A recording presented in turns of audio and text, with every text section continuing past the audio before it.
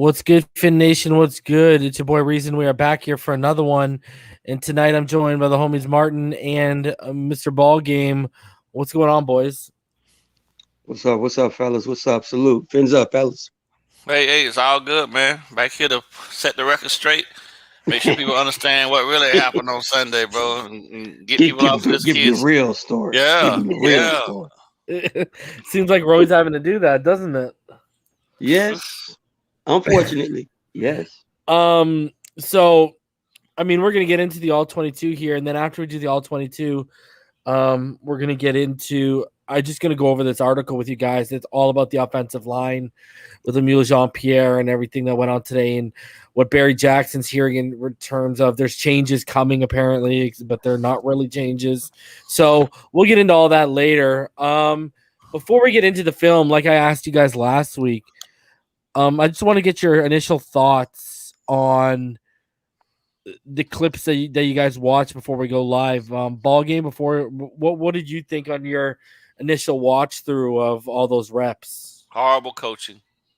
I think that we did a horrible job of preparation in regards to what they showed to the Bills on Sunday. Everything looked to be exactly as it was previously, which you can't do in the NFL. You have to show different wrinkles. You can't come out and run the same damn plays that you ran in the previous week and not think that people aren't going to adjust to that. If you show them a certain play a certain number of times in the game, they know that that's a staple of what you want to do and what you build off of it throughout your series.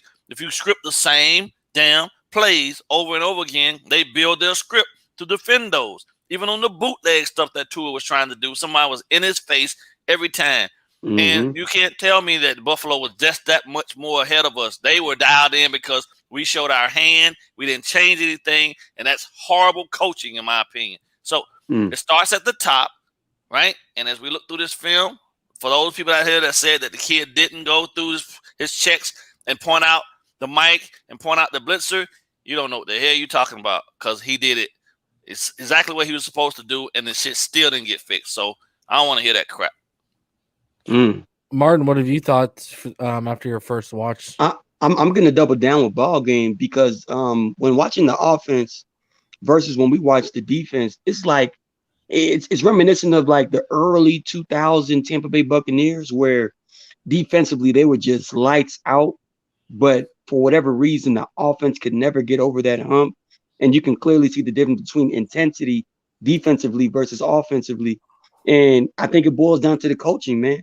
If you have wide receivers running, half-ass routes, if you have offensive linemen that don't know when to double team and when to break off and Velcro from one double team to a blitz pickup, if you don't like small things like that, if you don't have attention to detail like that, that's all revolved around what do you rep in practice? What's being coached? What is being emphasized during practice? So again, I'm with BallGame, bro. The coaching. It bottom line comes down to, how bad do we want to, how bad do we want to be emphasized on certain aspects of the game to make us take that step forward as far as uniformity when we go out there as the offensive unit, because we all look like we're doing our own thing out there, bro. And it's showing bad on film. Yeah. The thing about this too is, when I was talking yesterday, I brought it up, it was the worst recipe for the offense. Bad protection at times, bad coaching, and I said, I brought up Richmond Webb. I brought up all of this stuff about my conversation with him yesterday. And you could, the first couple of drives, okay. After that, coaching needs to step in and coaching needs to overtake. And you could tell, like, I've said this before. I warned everyone. You got a bunch of young, inexperienced guys, and now you've got a young, inexperienced rookie offensive line coach. And look at what we're dealing with right now. He don't have a fucking clue. He don't have a clue how to fix this group, bro. Yeah, I don't think we'll get into the article today, but he was quoted as saying he brought up Tristan Wirfs out of nowhere, and he said he thought Tristan Wirfs would have been an all-pro guard, but now it looks like he could be he's a good tackle too. And it's like, bro, would this guy really be playing guard here if this guy was in charge when we drafted Tristan Wirfs? That already tells me that we got the wrong guy. Yeah, that already tells me we got the wrong guy. Yeah. Or You he know what I needs mean? a lot more experience. One or the other, man. So, I mean, basically, guys, this is how it's going to go down. The first about 2 minutes and 50 seconds of the film is all of the Tua dropbacks. Then the next 9 minutes, so there's about 11 minutes and 53 seconds worth of film. 9 minutes of it is us going to be taking on a look at the offensive line, because there's plays where even where Jacoby Brissett makes the play and gets the ball out, the O-line, the protection just is crumbling around him. So we want to take an in-depth look here. And I mean, let me ask you guys this. Where do you sit before we get into this? What are you guys, 1 foot, both feet, walking up and on the other side of the city out on Austin Jackson yet? Or or do you think he can still be like, where are you guys at with him right now? 1 foot out. 1 foot out. I would need to as a coach, I would need to see someone that know what the hell going on, get their hands on him to see if they can tweak him before I'm willing to go out on it. That's just me. I coached some of the most horribly slew-footed kids that you would ever think would ever be able to play football, and made them into really decent football players. And it's just because I was consistent with what I was asking of them, and I didn't ask them for more than I knew they were athletically capable of giving me. But in the same sense, I did push them past their limits when I figured out that they had reached where from one level to the next I had to, and that's the coaching aspect of it. I don't know, man. I don't want to drift on it and linger on it. But this group needs an alpha, bro. And they don't have that on the field with them. But at least if they had someone that on the sideline that can go and say, well, coach, this is what's happening. This is what these guys doing to me. That guy can tell him exactly what he needs to do and light a fire into their ass. But I don't ever think, I don't think without a shadow of a doubt, and I could be completely wrong, but I don't think when these guys go to the sideline, no one is over there fucking giving them the business and talking to them. You got to tear them down, and at the same point, you got to build them back up.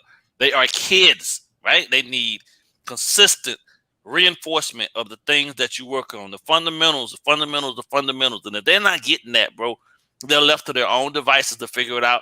And that's how they're getting their asses kicked. And that's not all on them.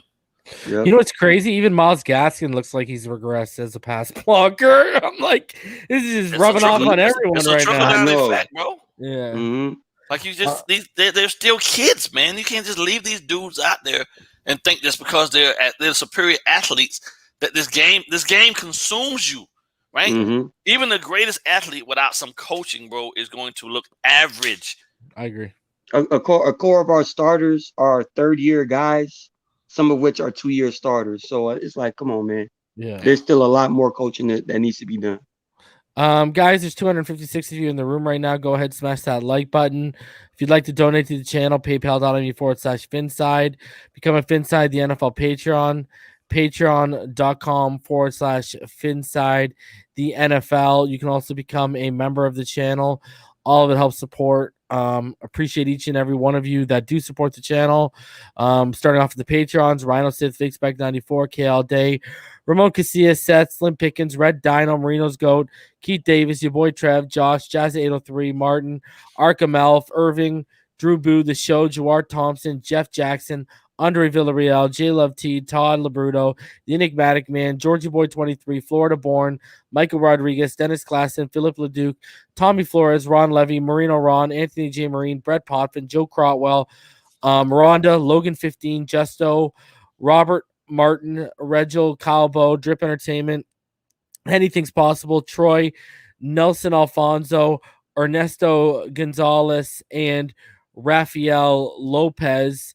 And then to the rest of the Patreons: Franklin Lejeune, Timothy Saponenza, Dylan, David Figley, Miami Fan 113, Fins 1, Quentin Martin, Ryan Williams, Mauricio Waddlehouse, Daddy Dean, Anthony G. Naletti Jr., Joe Levesque, Jose Valdez, Junior Ronaldo, Guy Corner, Mitchell Gordon, Vaughn Green, Dennis Klassen, Derek Batten, Z-Man, Finn Shady 1313, Victor Fernandez, Maurice Perkins, Finn's Weekly, Hawaii Dolphin 808, G Firm, Flip City, Bob Oliver, Ian McGill, Spencer Richardson, Russell Grace, IT Respect, Garrett Lambert, Travis Bound, Manny, Nathan Berkey, Otto Bell 22, Hunter Channing, Jason Patrick, Alejandro, Uncle Billy, Zeke One, Hammer, Chaz, Tardy C, Tyler, Serge, Richard Friere, and Isaiah Taylor. And also, you can, like I said, you can become a member of the channel, and you'll get access to emojis,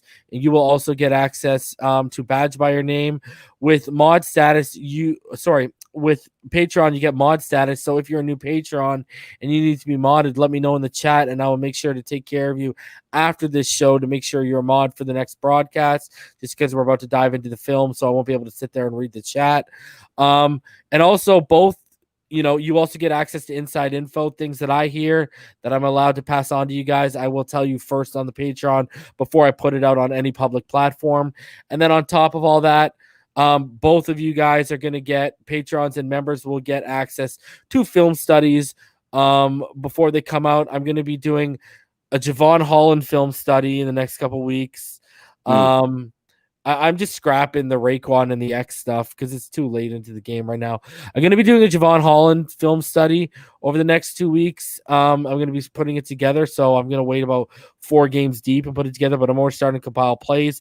And I think I'm going to do a Jalen Phillips film study too. So you'll get early access if you are a member or if you're a Patreon. But anyways, shout out to all the members of the channel. Damian Deese, MF Fins 1, Seth Twizzle, Law 100-442, Timothy Whiteman, Yawa Bullet, Bruce 1, Fox and Around, Dr. Draft, Timothy Sapinenza, Nico, Fake Spike 94, Jazza 803, D-Ray 91, Tilly Flips, Marcus 84, Franks, Ty Rhodes, Florida Born, SC42, The Show, Kevin Williams, Rhonda, Philip Leduc, Zachary Harris, Dennis Klassen, Birdman, 100 Anti, Ramon Casillas, Michael Simmons, Ron Levy, Chad Marcione, Tony Marine, Barry Bailey, DC, Richmond Webb, Furious, K All Day, Irving, Julian, Scorpion King, Whale 1, Innes, Mari, Fred Rivera, Justin Dunker, Cash, Zanny Jinzo, your boy Trev, Caddyshack, Vince Forever 72, Storm Warrior, Daryl Canup, Big Time, Wayne Hedgeman, Quint Riddle, Takamazi, Harriet Clements, Todd Beards, James Steele, Dolphin Don, Jeremiah Kelly, Big Stud 007, Corn 72, Chef Jew, Tommy, Robert Martin, Ricky Butts, Joel Fields, Daddy Dean, BK 2-Day, Dylan, Usmem, Ramon Elizondo, A. Turner, Chalk Vanilla Straw, Miami Fan 113, James Jordan, Ivan Ulysses, Darth Logan the 15th, Sao Paulo, Joe Levesque, Robert Taylor, Jose Valdez, Big Spence 87, DM, Rock Hawkins, Franklin Lejeute, Kyle Bowe, Simone Sniper 13, Esteban, South Florida Dawn, Go to Valoa, Stetsino, Les Palpatok, Fins Up Nubans, D. Capichelli, Tony Yasawa, Dolphin Sweden, Tournament T, James Jordan, Rafael Ferrero, Bleezy, Dwayne D Music, Pierre Lewis, D Hug All Day, Tyler Collins, Sleepy, Fins for Life, Sherrod Ford, Sean Heller, Marino's Goat, George Rabber. All right. We have named off over 200 people. It's time to get into this. Great content, man. Quickly, patchvibes.com, use code Phinside to save 20% off your order. Backroomcollection.net, use code Reason, save 10% off your order. And Thrive Fantasy, use code Phinside at thrivefantasy.com to have your up to your first $100 deposit matched by Thrive Fantasy. So deposit 100, you get 200. Deposit 50, you will have 100. All right. So let's get into the film right now. Enough talking, enough promotion. Let's do this ish. All right.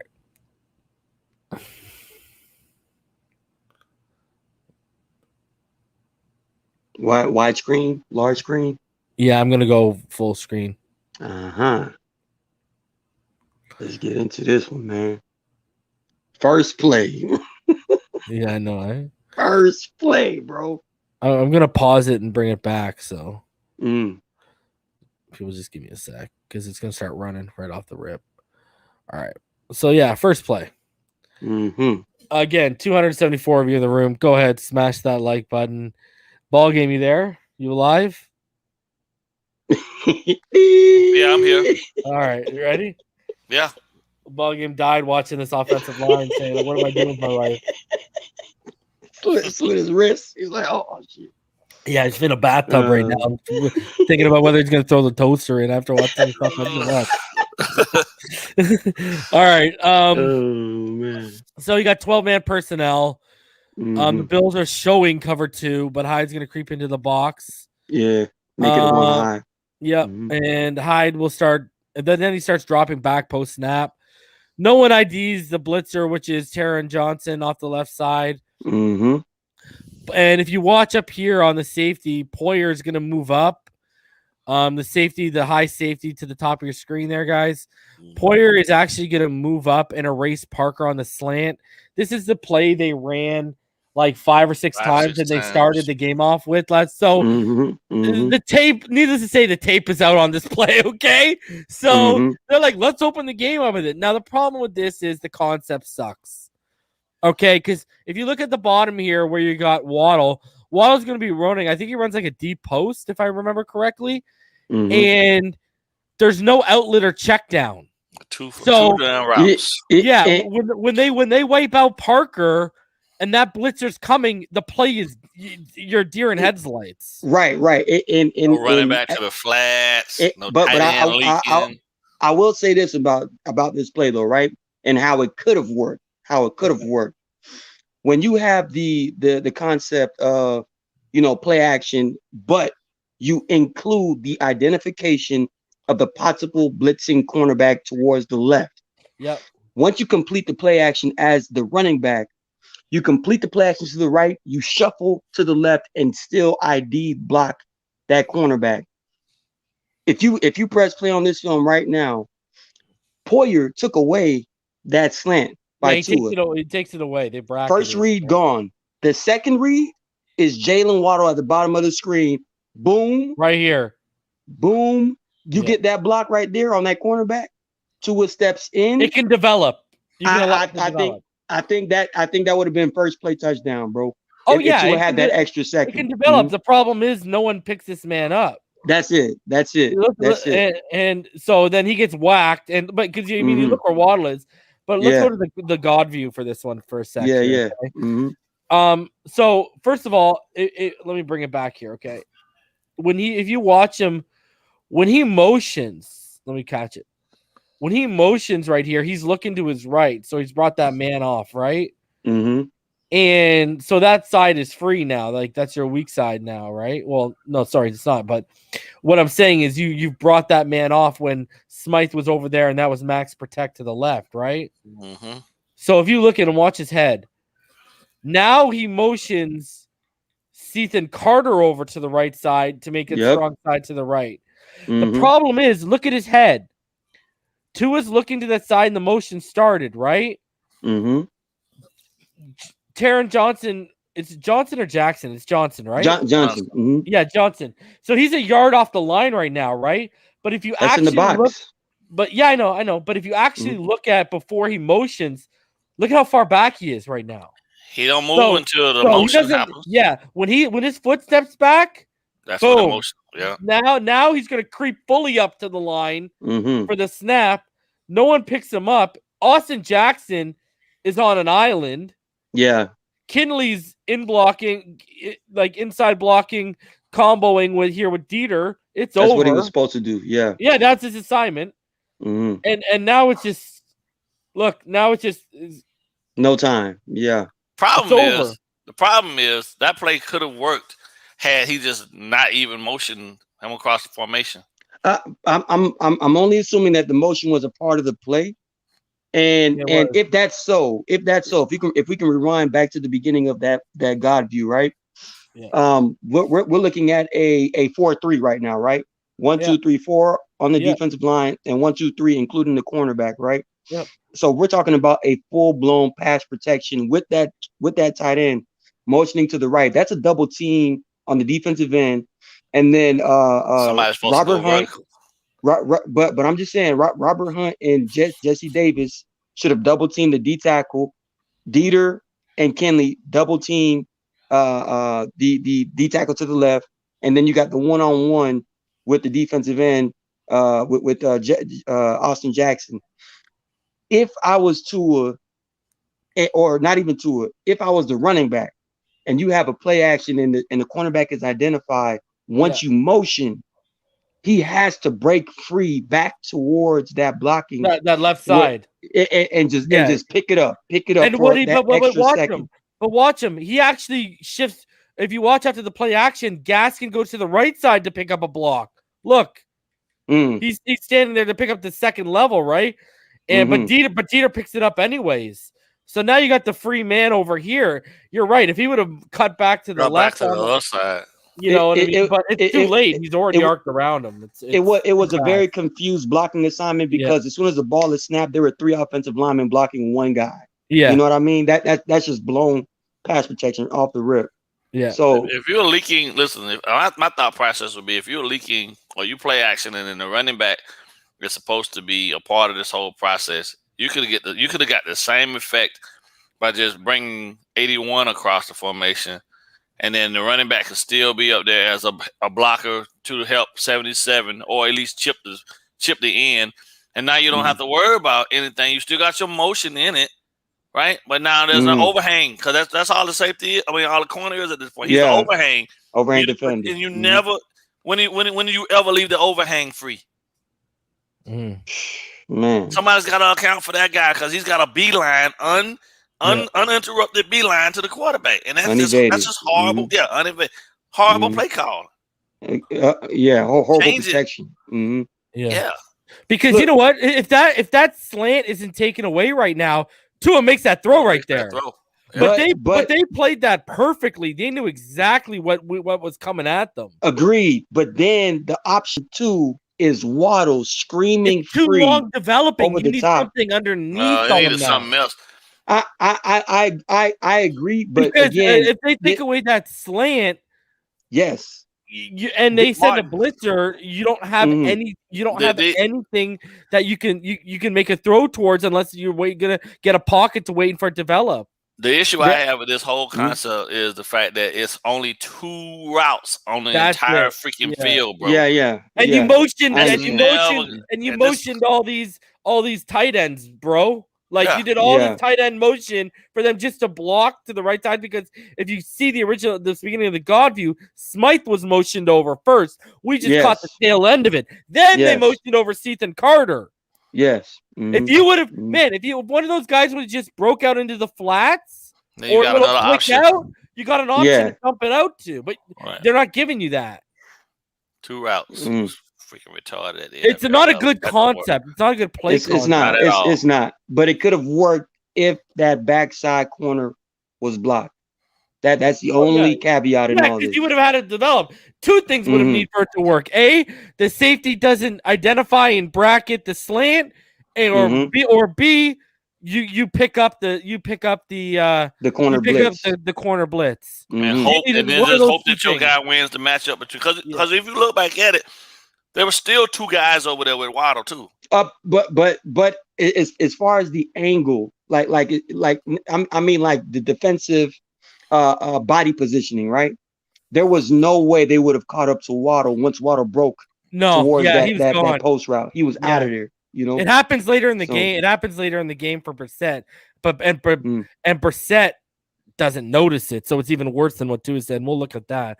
But that's you. But you need to make the block to make that Waddle throw, or you need that safety to lay off that the bracket on that slant. They read that slant right out of the gate. They knew it, bro. Yeah, they literally had the perfect counter for what we were gonna do. Absolutely. So, it's a good. We got to guess what. On that play, we got out coached. There you go. Right. That's what happened right there. All right. Right. Now, this is the play. Okay, guess what, guys? I almost want to skip to the God view. But okay, let me skip to the God view. Yeah, so go ahead and put all this bullshit to rest, because people out here saying that the kid didn't call out protection and he didn't call out the mic and he didn't. Yeah, go ahead. Show me, show it to them so they see it. Okay. So a lot of people have been wondering so right there, Tua's IDing the mic. He's IDing Tremaine Edmonds as the mic. Boom. Okay, but I get that's vanilla. Look at Malcolm Brown. Malcolm Brown right now, can we all agree it looks like he's listening to what Tua's saying? His head shifted towards Tua, okay? True. Now, people are saying Tua cannot make pre-snap reads. False. Lies. Now, what they're doing now is instead of sending the corner blitz, they're bringing Micah Hyde up, and there's now a safety blitz. Tua, first he's going to ID the mic right there. Mm-hmm. Now he pointed to the safety. ID? What is He's the IDing ID? the safety. He's IDing Micah Hyde. Safety's in the box. Tua has now done his job. This is why you saw Lemuel Jean-Pierre and Brian Flores yesterday. They both brought up Dieter or the center position and said about the center communicating with the quarterback. But you'll see that later on a little bit. This is Malcolm Brown needs to pick this up. He is on the left side already as it is. This is being called out. Okay? And what you're going to see is Malcolm Brown's going to go in the interior to help Kinley. So what you either need to do here is the center conveys it and Austin Jackson fans out, and what does Jackson stays and Brown kicks. Or Brown. But you got two ways you can play this. Yeah. You can fan Jackson out, and then Brown sticks to the interior, or, which is the first play, and the way this should be played is when he calls that out, Brown needs to ID that, and now Brown needs to pick up that block. So this is actually on Malcolm Brown, because Malcolm Brown's going to go inside and he's going to help Solomon Kinley. Yeah, because you don't want Jackson trying to extend out past the defensive end to catch a safety. You know what I mean? That's more for Brown to identify and pick up the hot guy, and then leave Jackson to deal with the defensive end and Hughes. I will add this on. Yeah, I will add this on too, right? Just from the front right now, defensively, we see a 4-3-ish, but with everybody pretty much at level 1. So everybody's literally across the board at the line of scrimmage. To the right of Tua, so we have 5 offensive linemen, 1 running back. That's 6 players. You got Tua, that's 7. That means we have 4 wide receivers, 3 of them to the right, 1 to the left. So to the 3 side, if we went back to the field view, there was a point where you saw a defensive player playing at level 3 of the defense, hovering Jalen Waddle, right? If you want, you can bring it back so we can see, everyone can see it right there. Yeah. So you see Jalen Waddle in the slot, right? Yeah. And the defensive back is covering him pretty much 10 yards off. Yeah. So when you have defensive fronts where everyone's at the line of scrimmage, you can almost anticipate blitz, and now you want to look for your free player. Yeah. So your free player on this is either Jalen Waddle 1 or Mike Gesicki 2. So Jalen Waddle is a clear 1. So if I'm Tua, I'm not even really looking towards that one-on-one. Clearly, that would have been a nice, play to go to. I like that one-on-one with DVP. However, because we don't know if he's going to beat that press, you already see Jalen Waddle, nobody's on him. I would have my eyes to that 3 receiver side just to see how that opens up. And then obviously when you press play, the play develops, and if he kept his eyes to the 3 receiver side, he could have just delivered it to Jalen Waddle like after he got to his drop step right there. Like right there. So it's really a double-edged sword when it comes to lack of protection, and also a small hiccup by Tua, assuming he was going to get that one-on-one with DVP on the backside, and not staying to the field side where he had better matchups over there. So it was just one of those bad plays all around, Yeah. So I mean, can we all agree that Malcolm Brown's the one who can't pick up blitzes and not Tua? He missed on that one. He missed on that one, bro. There's no reason for him to come inside to help with the linebacker.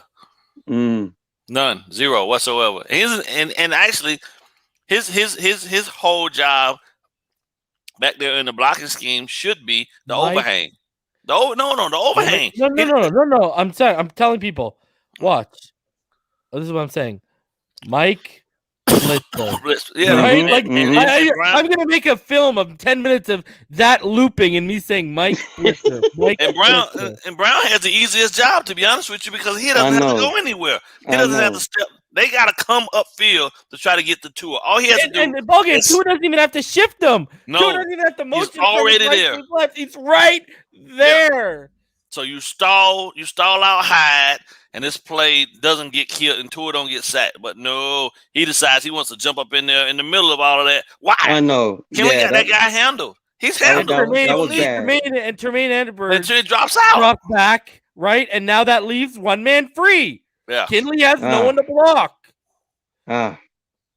It was guys, this is 5-on-5. Yeah. They just confused our blockers with, because I mean, I'm going to tell you this right now. I talked to Richmond about this play.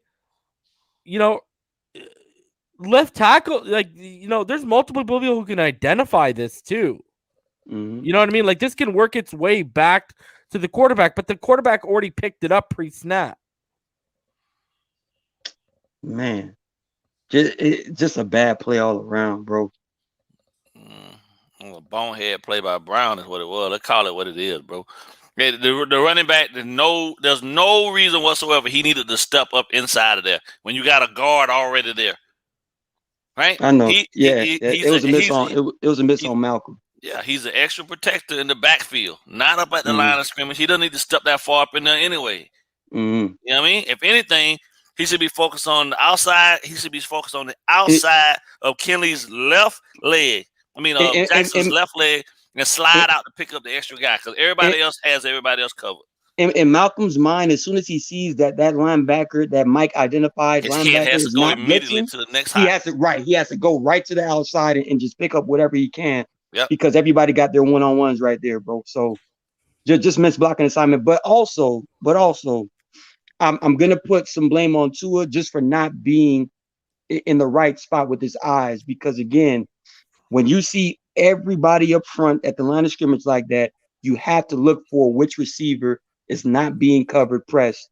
And that was Waddle on that play, not DVP. So it was just a whole mix of, confusion pretty much. He pointed it out. He pointed it out. Pointed out the mic. He pointed out the blitzer.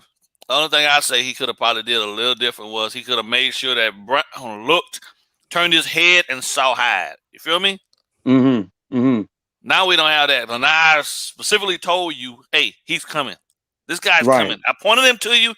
I said it once. Right there. He said, look, turn your head and look. 23 is coming. Instead, Brown bit on Tremaine Edmonds showing blitz.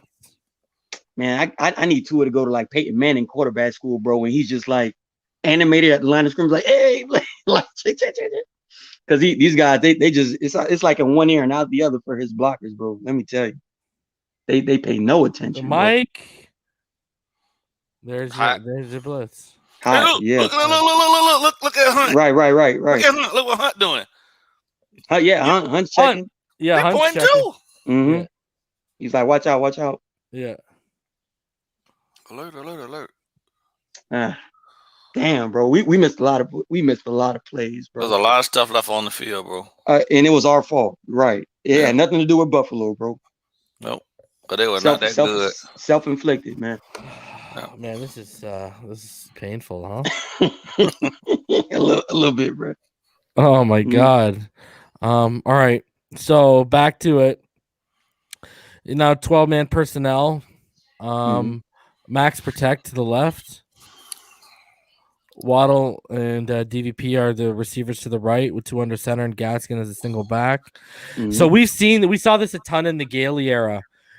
This is that bootleg that they loved to run last year with two all the time. Yeah, where the receiver, who in this situation is Waddle, will swing out towards the seam for an easy completion. But watch Matt Milano. Matt Milano just sits on it, patient at the line of scrimmage. He's right here. He's moving up. He's right there and getting into the orange of the logo, 58. Yep. He's going to sit at the line of scrimmage, and he's going to jam Waddle when he releases off the line of scrimmage and take the underneath away. So watch this. Mm-hmm.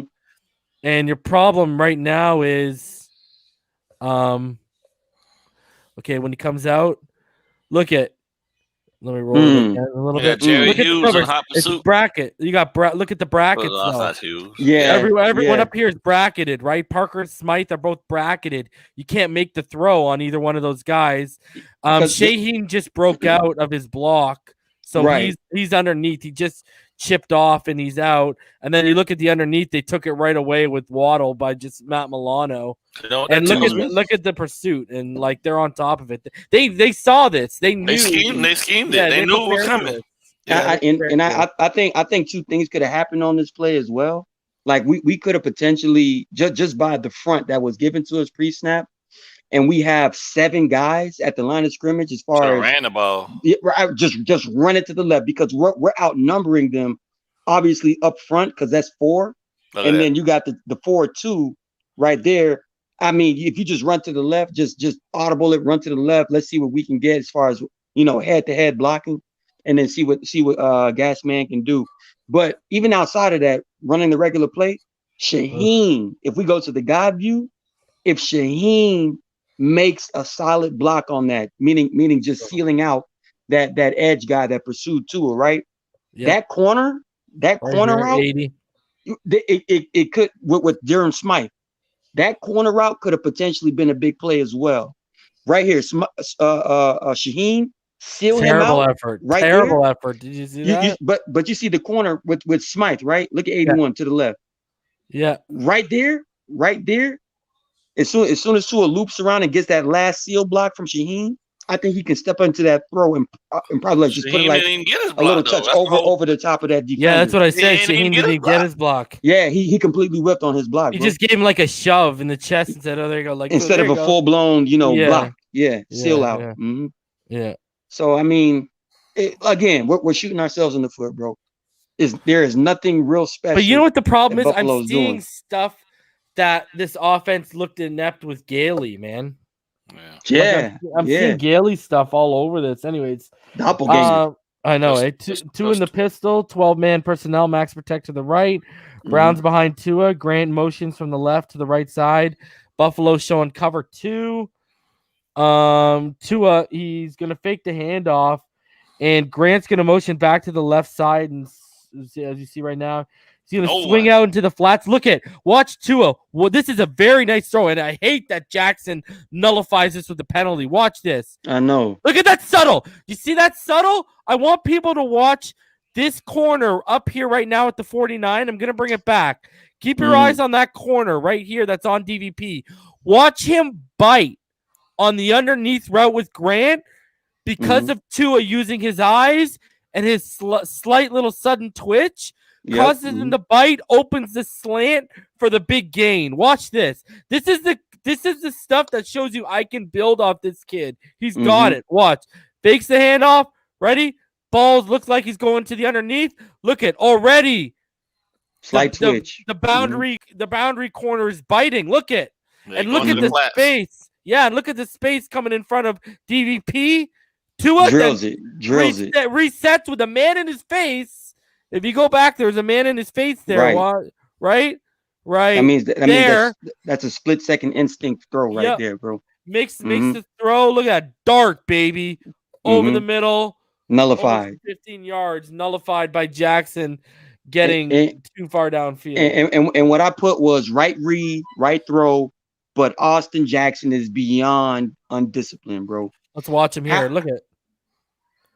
Where's he going? In the world? Goes to the second level. Doesn't even pick up the edge, bro. Just goes to the second level. He's like, let's do it, boys. And what? Does he think we're running a screen? Are we screening? What's going on? It would be different if this was like a run pass option, but this is clearly a play action. Look at everybody else on the offensive line in their play action blocking, and this guy is waddling upfield like he has to run and get a level 2 block. Yeah, it's like, bro, how it's frustrating to watch. Is Jackson the only one run blocking on this? He's the only one run blocking. The only one. It's like, why? Oh my god, bro, we shot ourselves in the foot the entire first drive, bro. But you know what makes this even crazy, Martin? Look at what we just went over slowly, breaking down this throw, what led to this throw with the body twitch and the eyes and Tua using his body. He did all that with a free rusher coming in front of him. Imagine what he could do with some time, huh? I'm just saying, bro. I'm just saying, man. Look at that. And the man gets My up. God. Goes the lane. I think is that Addison? I think it's Addison, right? Yeah. Look at that. Like, unbelievable. Hell of a play. Hell of a play by Tua. And but hell of a boneheaded. Boneheaded by Jackson, bro. Gotta hate that, man. So now we're in 20-man personnel, split backs with Gaskin and Ahmed beside Tua. 2 receivers to the left, 1 to the right. Again, cover 2 is being shown by Buffalo. And Tua is going to look off the underneath throw to Ahmed right here, who's going to motion to sell it back towards Gaskin, breaking out on the screen. And it's just it's Tua's backpedaling. He makes a bad throw, but it's not like Gaskin would have gained anything, because if you actually watch Robert Hunt's man, they've seen it. Yeah, watch Robert Hunt's man. We'll see it. But Robert Hunt's man right here in the screen gets off the block. Milano gets off it instantly. He would have it would have been a loss. Look at that. Look at where it would have been a loss, man.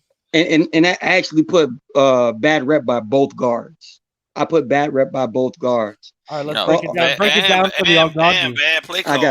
I got you. Break it down. So essentially, when you know it's a screenplay, right? You got your down 4 and you got your so essentially, once you know it's a screenplay and both of your guards are gonna go out and block, it's almost like last week when Kinley was looking behind him, like what do I do? What do I do? Yeah. With Kinley or sorry, with Hunt right there, right? As soon as you break free off the initial break off to go block, you're not supposed to be just shuffling like you're supposed to be attacking this man. You gotta climb. And if he makes a move, you shuffle your feet and engage with him, right? Kinley is supposed to be attacking the linebacker. If you rewind back to the initial guy view real quick, Kinley is you see that linebacker right there. I think that's Tremont Edmonds. I think 49. Yes, that's supposed to be Kinley's block on this screen if he stays there. Yeah, but he bailed. Right. But he bailed. So now Kinley's job is now is to get down the line, level 2, set up. Well, he's got to come down the line and get to the second level to create because he's going to be the first picket of the wall now at this point because Hunt should be going after 50, which is Russo. He has to occupy Russo. See? No, it's 58. It's Milano. 58 so Milano, yes. So Kinley should be going. Hunt should be going to Milano, and Kinley should be. Milano gets right off of him. Yeah. Kinley needs to go to the safety, and Hunt needs to go to Milano, and both of them are supposed to be sprinting towards those blocks so it can clear out, and so it can make a better throw because clearly he's seen there was too much clutter in the area where he was supposed to throw that screen. If Hunt obliterates Milano right there, I think Tua puts it on Gaskin's chest, and then Kinley has to turn up and knock out that safety right there with the one-on-one. That could have been another potential huge play if these guys had a little bit more intensity into their blocking scheme, bro. Buffalo knew what was coming, though. Yeah, like this is what I'm saying. Where I just said it before I ran this play. This is a lot of the same stuff we were even running last year. This is very simplistic. Like we're not pushing the ball. Like even the offense we saw in preseason, we were pushing the ball more than this. And we're coming out with which is just simplistic dink and dunk, like high school shit right here. Agreed. Just expand. That's it. And we still got numbers. We good. They ain't show nothing. They knew what was coming. It's tough. It's tough, man. It's tough to see poor play, bro. For real. So now we're in 10-man personnel. Trips to the left and Gesicki to the right. In the shotgun and Gaskin to his left. Buffalo is showing cover 2 as Waddle motions. And he makes it a bunch set into that left right here. Yeah, that's 2 sticks. Yeah. Ball is snapped and it's a bubble screen to Waddle who gains 13 yards. Good call. When we needed 15. The blocking's actually, if you actually look at the lead blocking, it's actually really good. Yeah. Who is that? Hold on. Who is that right there right there above the 45? Above the 45. Yeah, right there engaging the first Buffalo guy. See him right there? Who is that? I have to bring it back. Is that Jackson? See, bring it back. Bro, this is the things that's Jackson. Look, Jackson. Watch him haul ass. Jackson. Yeah. That's the stuff that pisses me off about this kid. Look at the effort there. Look at the athleticism to get up the field and go get his hands on this dude and find a guy, right? Because he didn't do this last year. Remember this? Remember we were talking about that reason there was that one rep where he was looking around like, who the hell I go get? But he actually hauled ass to go make this block up field.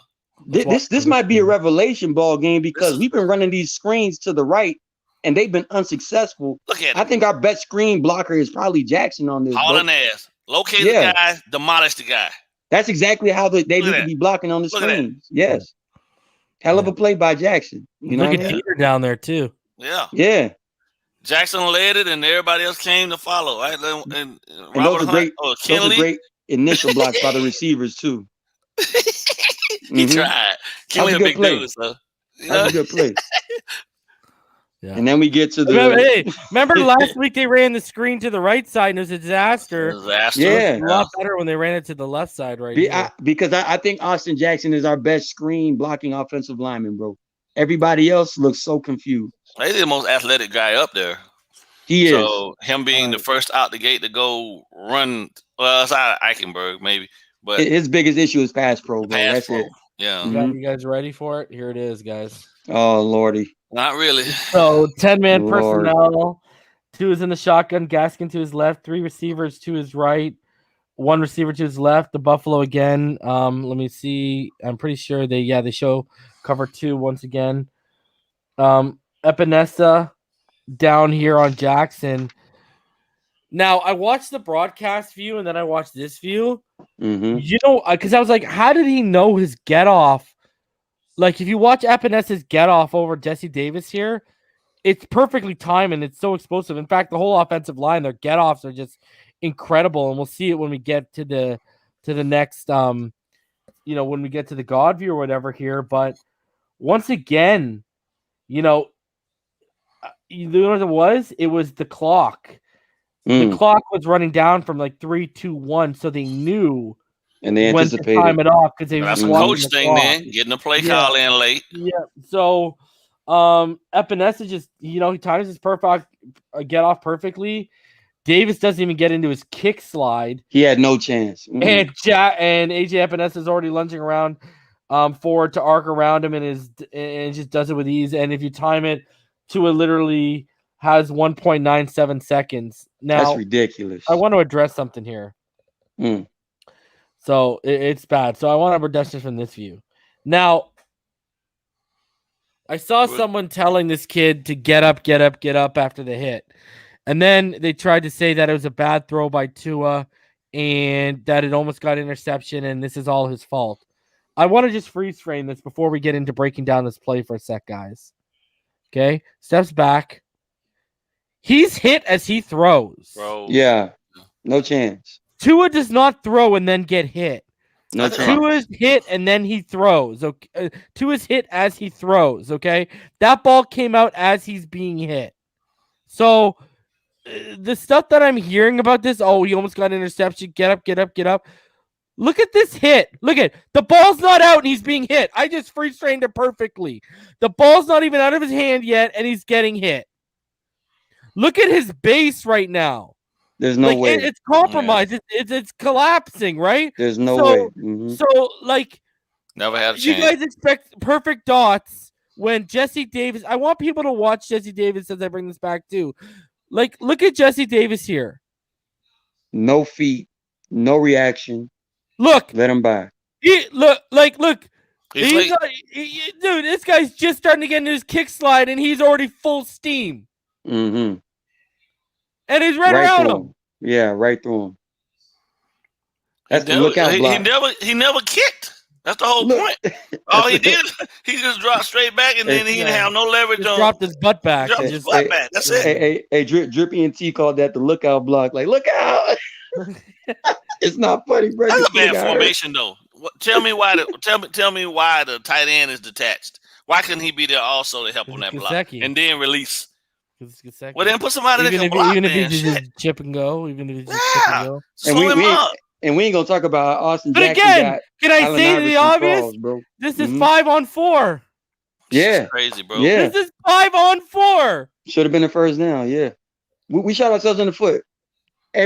damn near every play Tua was in. You don't have him that close to the line, to the old line. You might well have him down there to block and then release. Look at Austin Jackson, y'all, real quick. Because he didn't do shit on the route anyway. I mean, my God. Edmonds locked him up anyway. You might as well just have him block and then he gives him a shove at the end. It would have been into Tua if Tua was there. This guy's too much for me. So I'll bring it back to the overview for you guys, to the broadcast view. Go ahead. The floor is your guys if you want to break this one down. Yeah, man. It's just horrible, bro. Like the dude's clearly feet stuck in quicksand, man. I don't understand this. You see how the dude is setting up, right? It's not like he actually he ain't even. Who is that anyway? Is that Russo?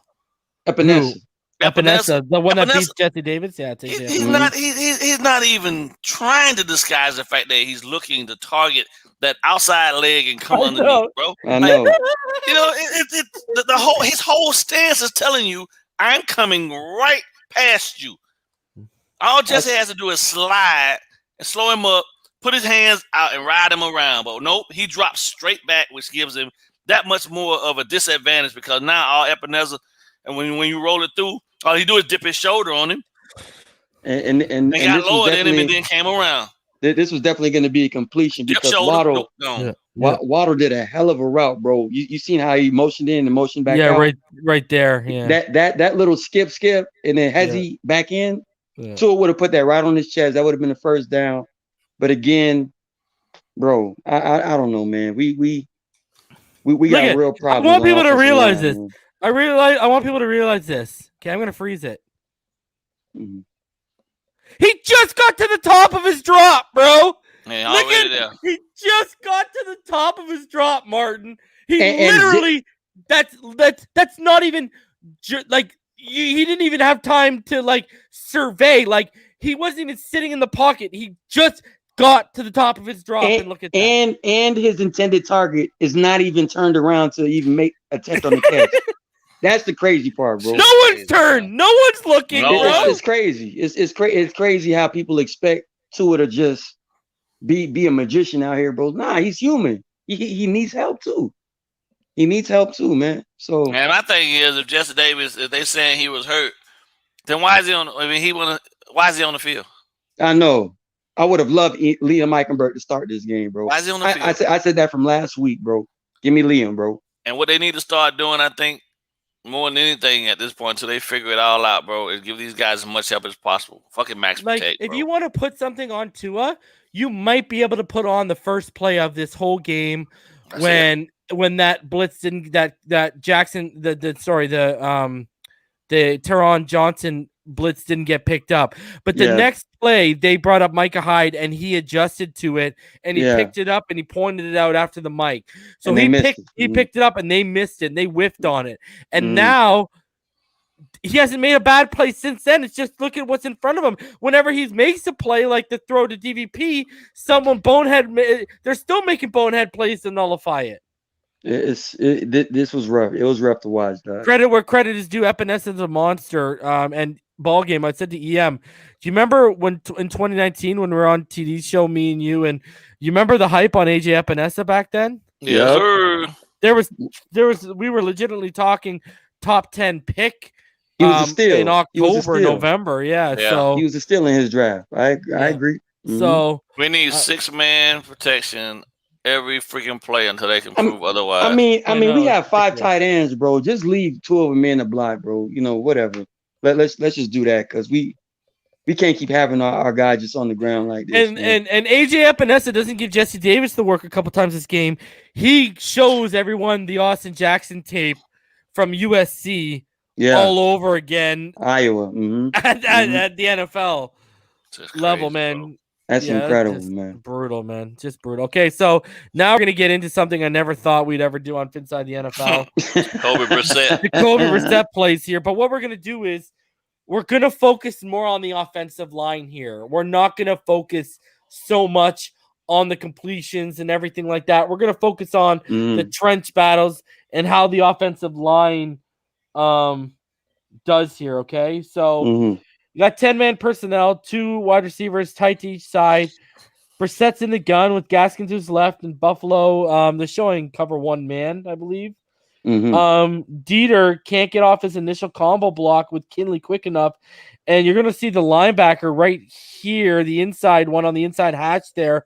Milano over the he's over the defensive tackle there. He's going to shoot the A gap and right up the middle. And yeah, if you actually look at Hunt was fan blocking. And watch this. Just watch.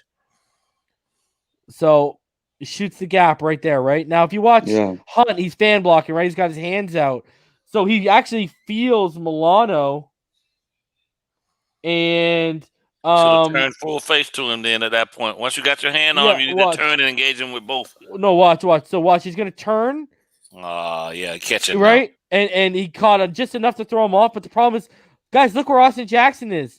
Austin Jackson's at the 26. His man is currently at the 19. In the backfield, you know what I mean? Man.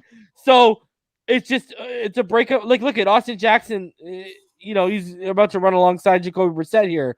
Jacoby flushes out, and then Russo just cleans it up. Yeah, Jacoby had no real chance to get it to his one-on-one on that corner route with Durham Smythe. Durham Smythe got open, in my opinion, a lot in this game. It's just no protection. Both of them dudes, so tight ends, two tight ends in there, both of them need to be chipping before they go out. I think so. Yep. So look at how easily Jackson just got beat. Yeah, I know. And even so, the protection on that, man. If we go back to the initial guide view, normally how it's coached is if you have a guy lined up in front of you as a center, it's like zero tech right there. That's just a plain old one-on-one block. One-on-one. With Robert Hunt, he probably should identify the guy standing up as outside linebacker to the right as a potential block, just in case the defensive end try right. So that's what he potentially should do. But as soon as the ball snapped, boom. As soon as he sees that edge guy break off to coverage, his eyes should go immediately right back to where Michael Dieter is, and then just mush this guy inside of his chest and create that pocket for the quarterback. But it's eye discipline. That's what that really is. He only be and because Kinley was late getting to his block. Dieter's now he's late getting to the inside man.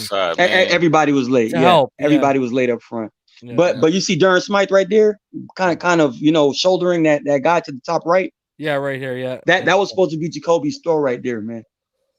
Just step into it and then open the top. Because it's man coverage and the other guys vacating. They're defending. He was coming second level. Yeah, it's difficult film, bro. My God. All right, so now we got 20-man personnel, split backs with Brissett in the shotgun, 2 wide receivers to his right, 1 to his left. Bill's showing cover 2 man once more. Ahmed's going to motion from the left of Brissett to the right side, and Brissett's going to pump fake him. Watch this. Now, here's the thing. Okay, so look at Waddle right here. Here. You could have split that high safety in that corner with Waddle on the deep post route for 6, but instead you got Gesicki here. Who, if you watch back, look at Gesicki, right? Watch how he stems his route.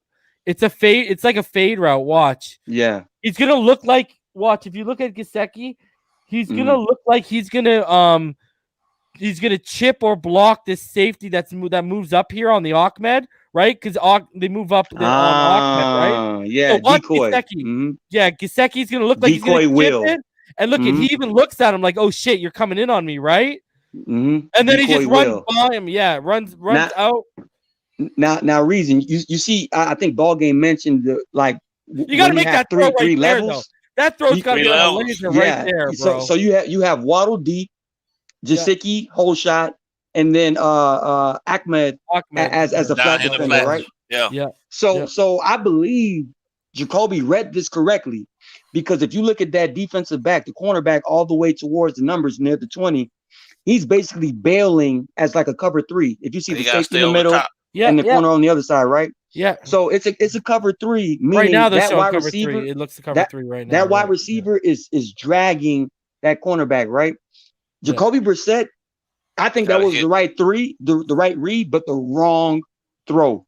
You are supposed to throw that like almost a bullet hole shot to where there is no way anybody is going to jump that route because the cornerback is still bailing pretty much. Yeah. If he puts more spice on the football and puts it into that little window right there in between the cornerback and the flat defender, Gesicki's doing his normal, acrobatic catch to the ground. He's still running. He's still running because he got a blocker in front of him. But I'm saying the throw could have been more towards his back shoulder. Yeah, so there's no debating. Ball needs to be out right there. Ball needs on a dart right now. You hit him. Then Waddle can make a block on this guy, and Gesicki can make a move to the end zone. Yeah, but you did have Gesicki. Waddle splits them. He did, but the protection wasn't there enough for him to even attempt that throw. I would say that. I would say that when we get to the God view.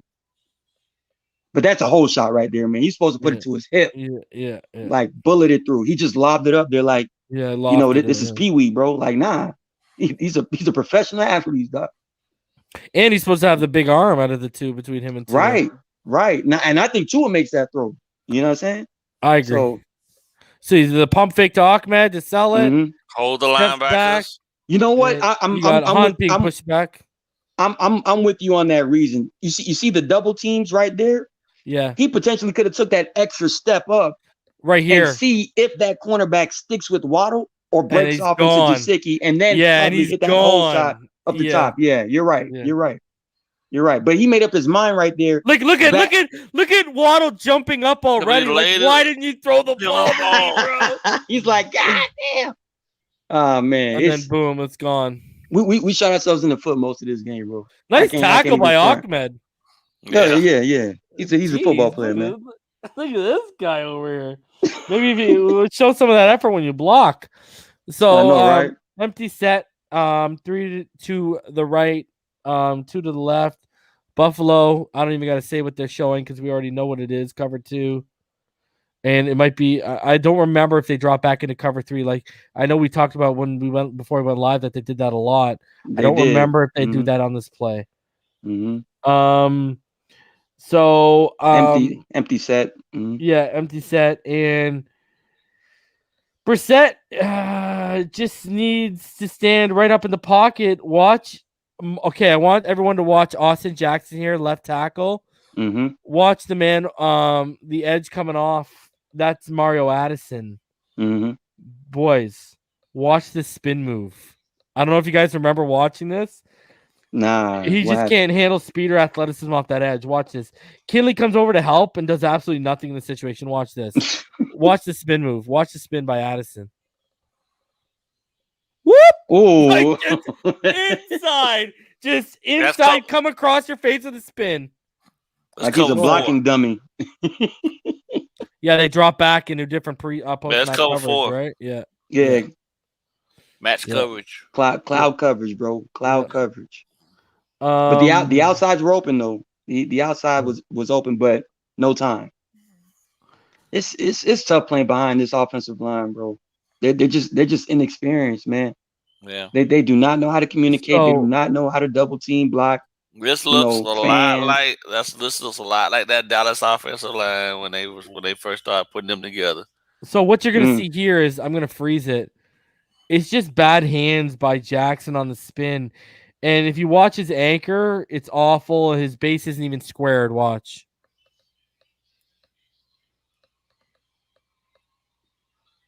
Like lunging, like it's just bad. And look, you see Kinley's noticing.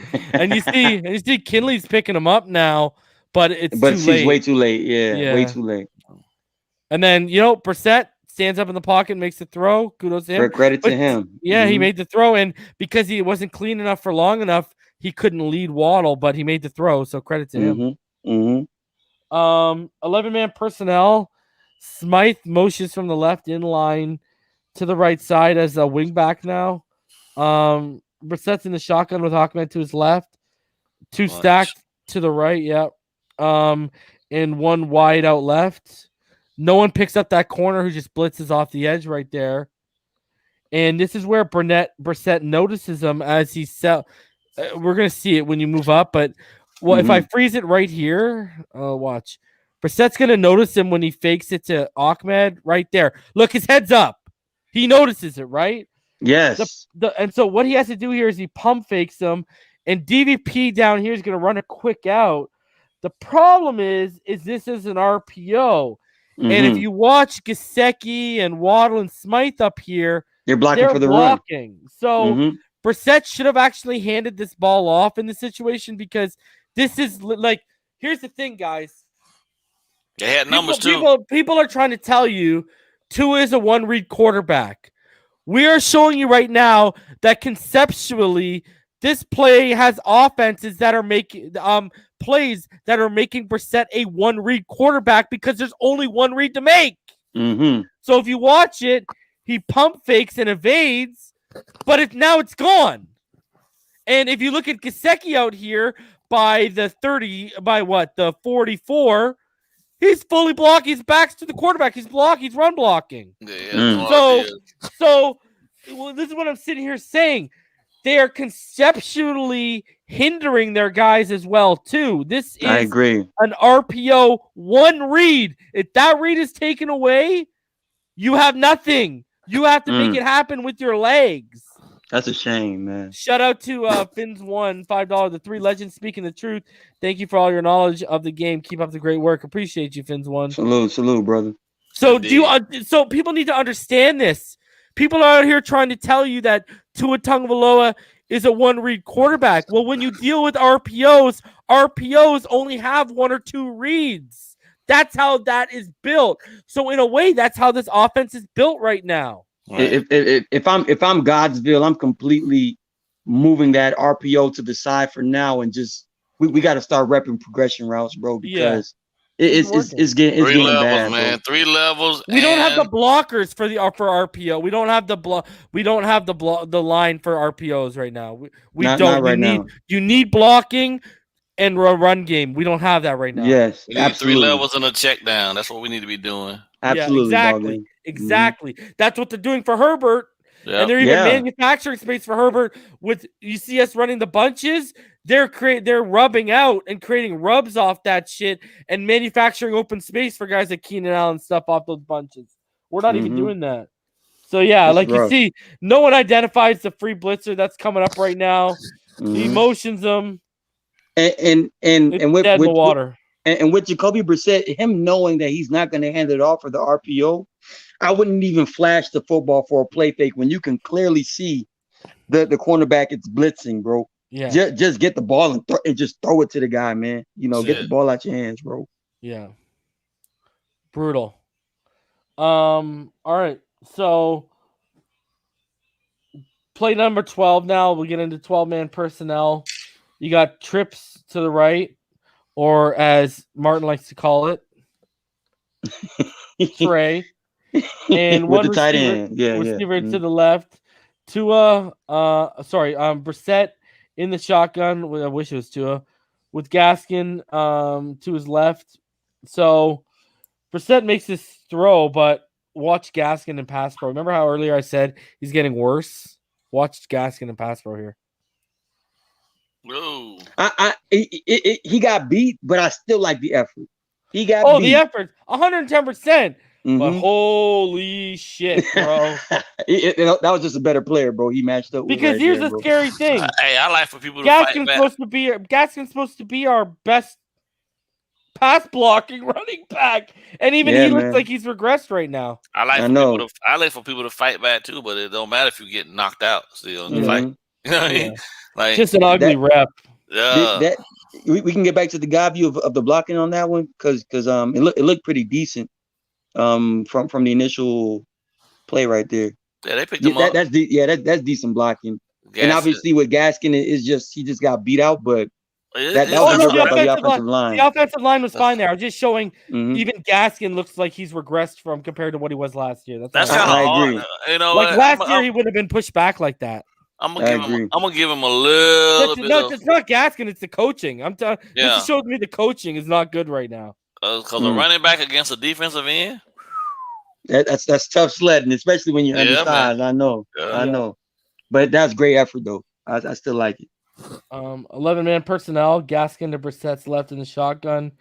2 receivers stacked to the right. 1 out wide left. Buffalo. I believe they drop into. This looks like it's about to be a cover 3 again. Cover 3 again. Yeah. They're sneaking in. And Kinley pulls to the right, and he gets in there in time, but he doesn't square up to the defender, and his poor hand placement. Okay, they kept it a cloud 4.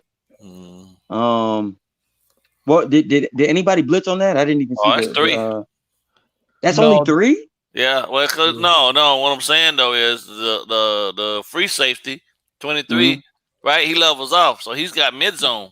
Yeah. Right. Because he's taking the crosser, whoever that is coming across the middle there. So it's cover 3. They made it, because you got. Well, it's like a 3 robber, maybe. Yeah, I don't understand what the corner down here is doing, unless he had cloud. Unless he had the cloud, which you said it was cloud, right? So it's cover 3 cloud. Yeah. Okay. Yeah. But regardless, Brissett missed that throw. Yeah, he missed that throw to the tight end right up the middle after the play action. He hesitated because it came wide open. If that was an anticipatory throw, that's a catch. So right there. Now, that's a catch. Yep. He just waited, Yeah. And now it's too late because. Yep. So now the overhang. Kinley's beat, and then he makes the throw in the end zone to DVP. And wide receiver 2 dropped it. Yes. Yep. There you go. Because it looked like if you watch DVP on this, he options his route into a post. Watch it. He's like battling down here, waiting. Now he options it into a post. Right there, he curves it in, and boom, and he drops it. He hits him right in the hands. But even so, Jacoby Brissett needs to make the initial read and roll initial to the tight end. He's still running. Yeah, it was there. Play action. Now throw. Yes, he missed it. Yeah. He wasn't even looking at it. No, he did. No. Like when he was coming out of his route, watch. He looked it off. Watch. Look. Right there. He wasn't looking at him. He sees the coverage. He sees it there. He sees it there, and then he looks it off right there. Nah, that was. My goodness. Yeah. He missed it. Yeah, he missed that one, bro. And then now he makes a good throw in the end, and it was desperation though, So those throws don't even really count to me, man. Even with DVP dropping it, he shouldn't even have been in that, It would have. Yeah, I agree. But look at Kinley though. Let's watch Kinley here for a second. I just want to show people Kinley. Mm-hmm. Okay, so they're gonna pull Kinley to the right. Watch. And this is Gregory Rousseau. You should blow him up. He should have, yeah. Yeah. He just like with reckless abandon, he should have just blew him up. I'm telling you, because Rousseau wasn't even looking for him until he put his hands on him. Yeah. The offensive line is missing so much intensity and lethal intentions. Yeah, like our offensive linemen should have mean streaks. But guys, look at. I want you to look. Watch this. Look at how he engages. Look at how this engagement, bro. Head down, hands on the arms. The hands aren't even in the pads. Like, look at the engagement, man. He's not even like squared. Like, it's just sloppy, man. Like that's as poor of hand placement as you can have. Like, they struggle, bro. And then he just widens them out, and he's done. Fix that. Even Robert Hunt didn't know who to block on that play. Yeah. Like everything was just sloppy. That's a key staple play for them. I'm going into practice and I'm setting up the dummies, right? The bag's in front, and I'm taking the guy that's pulling up field, like who's that, Rousseau? Yeah. And Hunt has to put his helmet into, and it'll be one of the bags that actually has a silhouette. He's got to put his helmet every time right into that face. That'll be his defender's chest. Lock on outside and just demolish it. And if he don't, then I'm gonna pull somebody else in until they get it right. Those type of blocks are the type of blocks that make defenders want to never ever come up field. Absolutely. You know what I mean? You have to make them. You have to really make a dude pay for being careless coming upfield because most defenders are taught to only go butt deep because they're looking for the draw, they're looking for the trap, things of that nature, right? Mm-hmm. This dude he wasn't even looking for nobody to block him, and then Kenley comes along playing patty cake with him. Baker's man, bro. Gotta make him pay for it, bro. Speaking of Baker, they're missing it. They're missing what they're missing right now is the nastiness, bro. You can't be nice playing offensive line, bro. And the crazy thing is, BallGame, that was one of their mantras heading into the offseason. Yeah. Be nasty, I don't see none of that, bro. Like they just talking the game, bro, but they ain't out there executing, man. If you're gonna be nasty, be nasty. Have a mean streak, bro. You know what I mean? But you can be nice at home with your wife and kids, but you got to hunt on Sundays. I'm telling you. I'm telling you. So empty set for the Dolphins, 3 to the right, 2 to the left. They're showing initially cover 2 zone. Yeah. Jesse Davis is gonna get bull rushed on the right side. So watch Jesse Davis. And then watch over the middle here, Ed Oliver, who's shading Dieter's left shoulder. So you watch over top of Jesse Davis, and then watch the second interior lineman on the Bills side from the closest to the bottom of the screen in. Mm-hmm. And it's not going to be good. We'll go to the God view after, but watch. Brissett gets the ball out, but it's just like, look at that. No time. Yeah, right? Like, we'll see it better on this view. I'll show you guys. Mm-hmm. All right, so Dieter. Ed Oliver's shading his shoulder. And then that's supposed to be a dub right there with Dieter and Kenley. Yeah. So watch. Supposed to be. Kenley actually goes to support Jackson against Addison, and the interior gets compromised. Yeah, and again, good job by Brissett, to get it out. Watch. Freaking inside, outside, man. I don't know why exactly. Why that's dub first, and then you go out there. Come on, Kenley, get your head back around, man. Help the. Mm-hmm. It should have been a dub first. It should have been a double team first on Oliver, and then look at Jesse Davis. Did you see that one engagement? Watch Jesse Davis now. Watch. Mm-hmm. All it takes is one engagement. Watch this. It's just a power. Just like a power, like just a punch. Watch. Boom! Out of the way. Yeah. He's right out of the way. Just a double punch and boom. He's out of the way. I like the rep by Hunt though. Hunt held his own. Hunt had a good rep. Hunt I felt was a product of everyone else around him being bad for the majority, but he had some good reps. Yeah. But you watch this again right now. Watch Dieter's just left on an island to Kenley, and Jackson totally has a good rep. I believe Dieter was actually expecting Kenley to dub on that. He was. That's why his angle was way off. That's exactly why he gave him that inside angle, and he didn't square him up. He kind of opened his hip towards him, right? In terms of a combo block. Yeah, that's exactly what happened. This is probably why they benched Kenley, bro. It was like, you know what? We called his name a lot already, right? We did. We have. Yes. So, here we go. Here we go. Punch to the left and one to the right as Gaskin motions on the backfield, out far left. Quads. Yeah, turns into the quads on the just outside of the bunch set right there. Oh, no. All right. So Kenley is slow and sad to watch getting into his stance.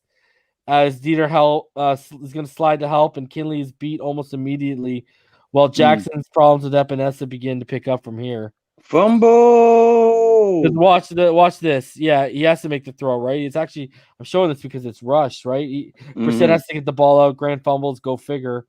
But the reason why I'm showing this is, he gets the ball out, but it's a bad O-line rep because Jackson's on skates almost immediately. You got Epinesa over here. Jackson's on skates. Kenley is slow and sad. Watch Kenley. Look at that. Okay, now mind you, if we can start initially from the God view one more time. Anytime you have the center ready to snap, and you have a defensive lineman anywhere near the center, the center has to ID Oh, that lineman first in the double block. So on the previous play, He's watching to help Hunt him right now. Yes, Yeah. that's what's supposed to happen. And Kinley And now he brought his arm and he allowed brought it. his arms in, so now he's not going to feel anything going up that gap, and he's totally focused and out of the play. And Kinley was just slow because he expected help. Right, exactly. It's just miscommunication, no cohesiveness. Yeah, it's bad, bro. That's bad O-line play. You gotta wrap all that stuff, man. That's all. And shout out to Jakeem Grant for giving up points, bro. I know, but if you actually do watch it, okay, I agree with you about the Dieter. Like, come on, man. Look at how Lowe is engaging him. Even if Dieter's there to help, that's going to become Dieter's single. That's going to become a one-on-one block with Dieter. Because you're going to get washed out on that combo. Like, that was just anytime you lose sight of the man in front of you, chest, it's a problem. Yeah. Look at where his head is. Look at that. But even with Dieter's rep the last time, you just naturally give up a little bit of what you would normally do as a square up when you have to have some guy double team with you. Right. I think that was the case on this. He's on the front of his feet and his head is low. You're not even helping in a combo block with that, is what I'm saying. Yeah, already compromised. That's what I'm saying. Like you're not even like open your hips up and it's just brutal, man. It's not good. He didn't even open up his hips to the inside. You know what I mean? Like it's not good at all. I don't know. I'm with you. It's just man. He just looks lethargic. There's damn giving the ball away. King. That's why I wanted Malcolm Perry, damn it. That's why I wanted him. Malcolm Perry does not fumble that. All right, moving on. So now we got 10-man personnel. That's a bad call anyway. They put Grant in the game in that position. We shouldn't even be out there doing nothing but punts and kickoffs. That's it. With the tight trips, bunch set to the left, one receiver to the right. Brissett in the gun. Gaskin is to his left. Waddle's motion is going to motion out of the bunch to the right side, right there. Okay, now Brissett doesn't ID it, and either does Dieter or the offensive line as a whole. But if you look at Milano is showing. If I go back here, Milano's showing blitz. Right there, off the edge, right there. He starts walking up like he's showing it, and. Look, they assumed, I guess, he was going to pick up Waddle, but he leaves Waddle. So it's off the weak side. The Bills send 6 against the Dolphins 5. Kinley just shoves Tremaine Edmonds and gives a lackluster effort. And now Tremaine Edmonds is through. Milano is through. You got to make a hot read here and adjust. Precisely. That was just a missed hot read by Jacoby. Yeah. The wide receiver to the right busted open when everybody came in that side. He just didn't make the throw. Yeah.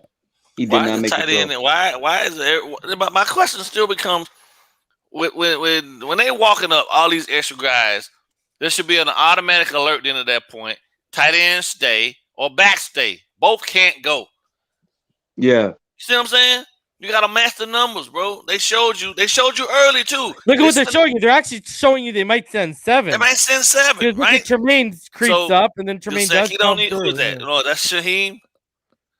He needs to stay, and the back needs to stay at that point. Wow. And look at this. Tremaine takes away the passing lane, and just Milano's there to clean it up. Because what happened is Taron Johnson is here again, showing he might come off the edge like earlier. Look, right? But he drops back.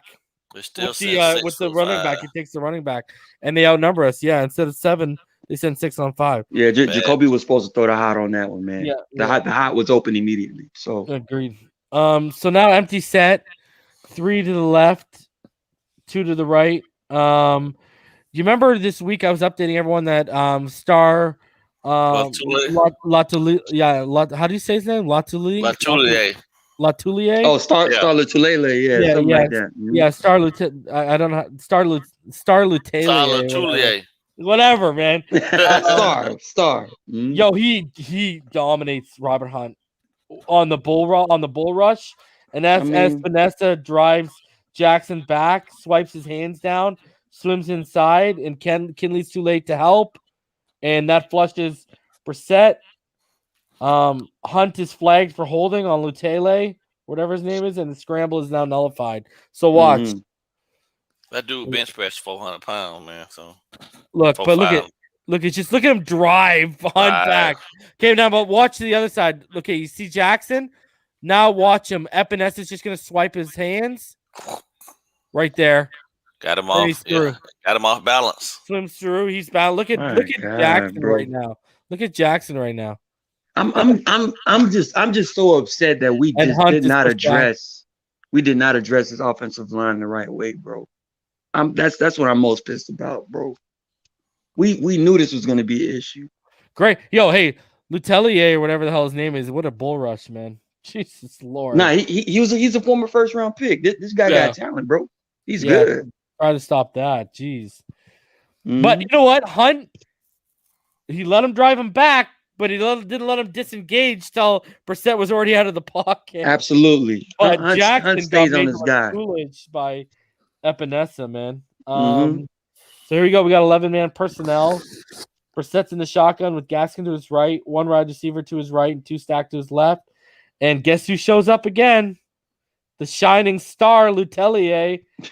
Again, gives Hunt the work. He watched the explosion out of his stance, man. Hunt drops his butt, but doesn't square up his upper body. Dieter feels him on the fan block, but he doesn't react. Instead, combos with Kinley. And again, great job by Brissett to get it out. But again, look at protections beat off the snap once again. Again, I still have to put that on Dieter. I have to put that on Dieter, bro. Any defensive Well, the worst lineman, thing is I said, look at this. The worst part about this is Dieter feels him with the fan block. Watch. Right there, he felt him. His arm was out. The miscommunication between the interior is the biggest issue with me, because again, at center, whenever you have someone lined up, any type of 0-1 tech, any type of shade when you're on the offensive line at center, it's an automatic dub, bro. You dub until something else comes into your view, and then you Velcro off into a fan block. But these guys, they're not even dubbing the right way, bro. Yeah. That's supposed to be a dub between Hunt and Dieter right off the bat. And I think Hunt was anticipating the dub as well. It just looks bad. Yeah, it's coaching, bro. Yeah, for real. They should be able to immediately, every time they come to the line of scrimmage, notice the double teams. It should be automatic, just like them putting on their underwear in the morning. Right. If they wear underwear, or if they putting on their socks and shoes. Free balling. Yeah. But it's automatic. You do it so much until it doesn't even be an issue for you. You know right out the bat. Doubles. So here we go. We got 10-man personnel, 2 to the left, 2 to the right. Brissett IDs the mic. And look at Jackson just get pushed back. This is dumps it out, and Gaskin makes some people miss, but we'll see here from the God view. We'll keep going. The God view is going to show us a lot from here right away. So yeah, speed rusher. That's another dub right there between the center and the guard. Yeah. Let's see what happens. I'm gonna attack. I mean, come on, bro. The back. Well, you know, Jackson. Look at Jackson. But Gaskins didn't even help him though. I think that's on Dieter again, fellas. Yeah, it is. I think it's on Dieter again, bro. Jackson's getting just bull rushed, but Dieter again shifts to the right instead of taking the guy shading over his shoulder. Exactly. But we know Jackson's gonna lose his one-on-ones, bro. Like we just put that in the back of our mind. 5 times out of 6, he's losing the one-on-one. So just be prepared. And Gaskin tried to chip a little bit there. You saw. Watch, he throws a little shoulder block here. Watch, ready to try and help Jackson. Right there, doesn't even work.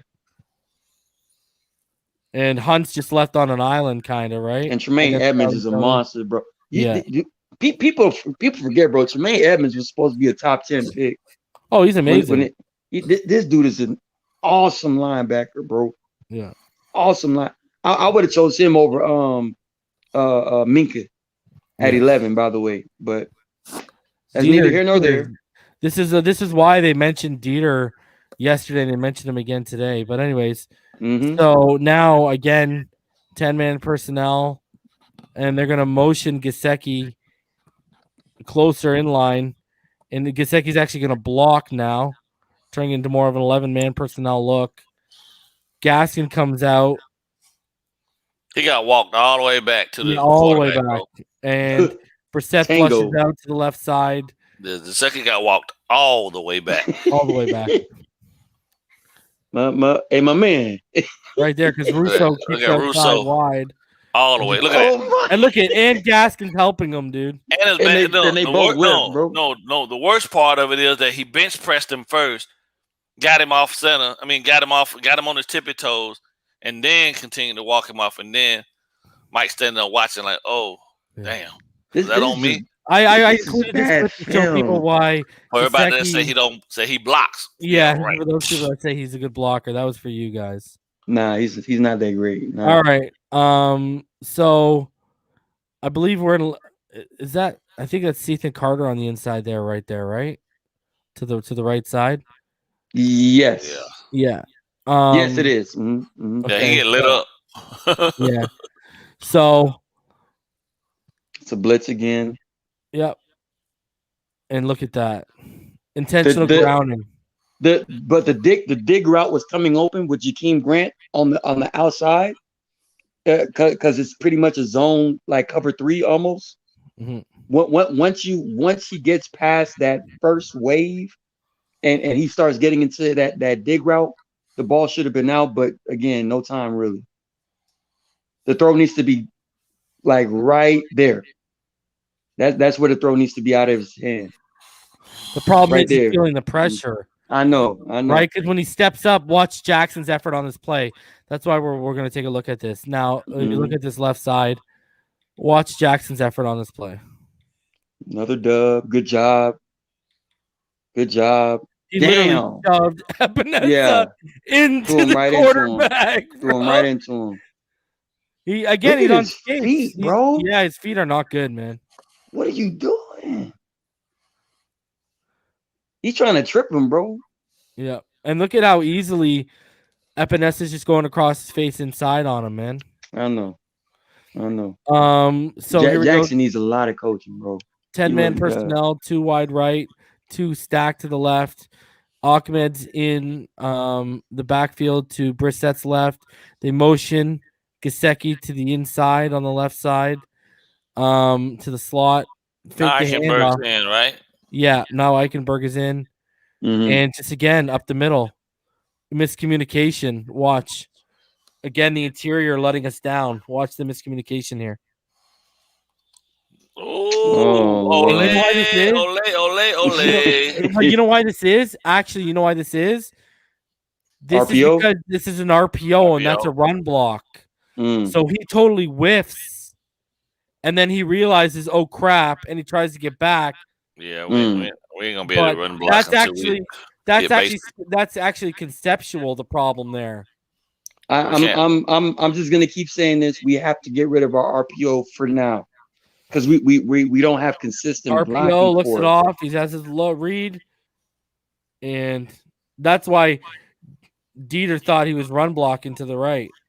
Throw the RPO away, bro. Yeah. Leave it alone, man. Yeah. For now. That's not even so much on Dieter as it is like conception come there. Concept, sorry. So 10-man personnel. Brissett's in the shotgun. 2 to the left, 2 to the right. You have coverage. The running back to his right in the backfield of the shotgun. Cover 3. Last 3. Look at, and again the pocket just gets pushed back as we watch from this angle. That was the only throw you could make. You see they stunted? Oh, with Oliver. Yeah. Yeah, watch the stun up the middle. We don't pick it up. Whoop! And look at Kinley was looking to help, opens the gap. You know what? And I don't blame Kinley because Austin Jackson has been getting whooped from the very first snap. Kinley's like, bro, I got you. I'm tired of seeing you get whooped, bro. I'm jumping in for you. But again, I'm highlighting this because last year, remember, we had problems picking up stunts. Yep. Look at that. That was supposed to. Kinley's supposed to block Oliver right there. Yeah. Right there. He's supposed to block. His body is towards the sideline. He's looking to see if they're putting his favorite Gatorade in his bottle, and he wants to go help Jackson. So he goes out, and why even bother helping Jackson there? It was unnecessary, yeah. But the way Jackson has been getting whooped all game, it was like, hold on, let me see if my bro. Just backpedal ready to engage someone, and you got that man right there. But just take a look at this right side. Look at Austin, Liam Eichenberg just bull rushed. Wow. Yeah, you got to take a look at Eichenberg here too. So Eichenberg's now in the game. Jesse Davis is out, and he gets bull rushed real badly right here. Wow. I expected from him though, as a rookie though, he ain't functionally strong enough yet to be able to deal with these grown ass men. But agreed. Jackson though, yeah, not good. That's why I don't want. That's why I don't want Tua coming back too soon, bro. He playing this week. Yeah, he's playing this week. So he's gonna put a flat jacket on. Watch. Oh Lord, please, man. All right. Lord. Like let's keep it rolling here. 10-man personnel. Trips to the left here after the motion. One out wide right, and one in the backfield with Brissett. Brissett drops back. Running back breaks out into the flats, but the pressure comes automatically up the interior, and it's just thrown away because what are you gonna do? Watch this again. Milano wreaking some havoc. He drops back out after showing blitz, and look at again Eichenberg. Guys, look at Eichenberg again. Who was Hunt chasing though? Wow. Hunt, I think, thought Milano was about to come in over top of him. See now, and as an offensive lineman, he thinks Milano, and then Milano back out. Oh man, even at center, you clearly see there's no down defensive lineman in front of you. You have two standing linebackers. Even if both of them blitz, something is going to pop open for the quarterback. But both of them kind of bailed, so you have to kind of make a decision on where to go. I would have helped out Robert Hunt because there's still a defensive Dieter. Yeah, if you're Dieter, right? Yeah. He made the wrong decision again. A lot this game, bro. Yeah. And there you go. Incompletion. Yeah, on the throw to Preston Williams.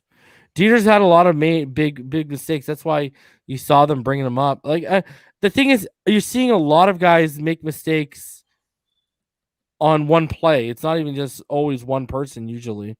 I know. So here we go. The blitzer comes free. Yep. Gaskin can't. The running back can't handle the protection. That's wild, right through. Bro. Boom underneath. That's wild, bro. So this is all avoidable, by the way. With Gaskin to his left, and look at that's on Kinley. Right, that's on Kinley. That's right through that B gap. Kinley goes inside on Dieter.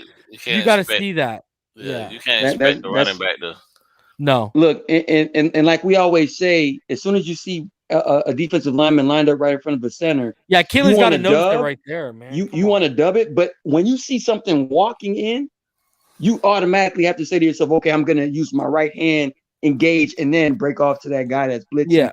Just to slow it up a little bit, bro. Just chip and then get back out to that guy right there. Yeah, exactly. Like chip, and but too late. But the coaching, bro, like it's either they know or they don't. You know? Oh, and don't forget Jackson getting taken to the woodshed again too. By the way, look at right. Boom. So and it's almost like there's no real fight in Jackson, bro. When it comes to pass protection, he does not want to get in a squabble with nobody, bro. They just do whatever they want to him, like it's a prison yard or something. Yeah, it's weird. Fresh meat, for real. It seems like it, man. You ain't got nobody over there barking on you, bro. You ain't gonna. I mean, I'm just saying, like, you know as well as I do, Martin. Some guys need to be sternly coached, and they need to have somebody barking on them. I mean, there's no alpha up there, and there's no alpha on the sideline. So, and to the point where it's not about that they're getting it right. It's just that they're not getting it wrong. Wrong anymore. Yeah, that's all. That's all. All right. 10-man personnel, 2 to the right, 2 out to the left, receiver wise. Brissett in the shotgun. I believe that's Gaskin to his left. All press. Look at Jackson. Jackson just gets absolutely lit up initially off the watch. Bring it back. This is a difficult film, bro. Look at Jackson. Unreal, man. Unreal. Again, lets the man go across his face towards the inside. Watch here again. And it's Epinesa. AJ Epinesa gets in the work, and it's Malcolm Brown in the backfield. My mistake, not Gaskin. So watch. Gets back. Look at, he's just giving a little like shimmy shake.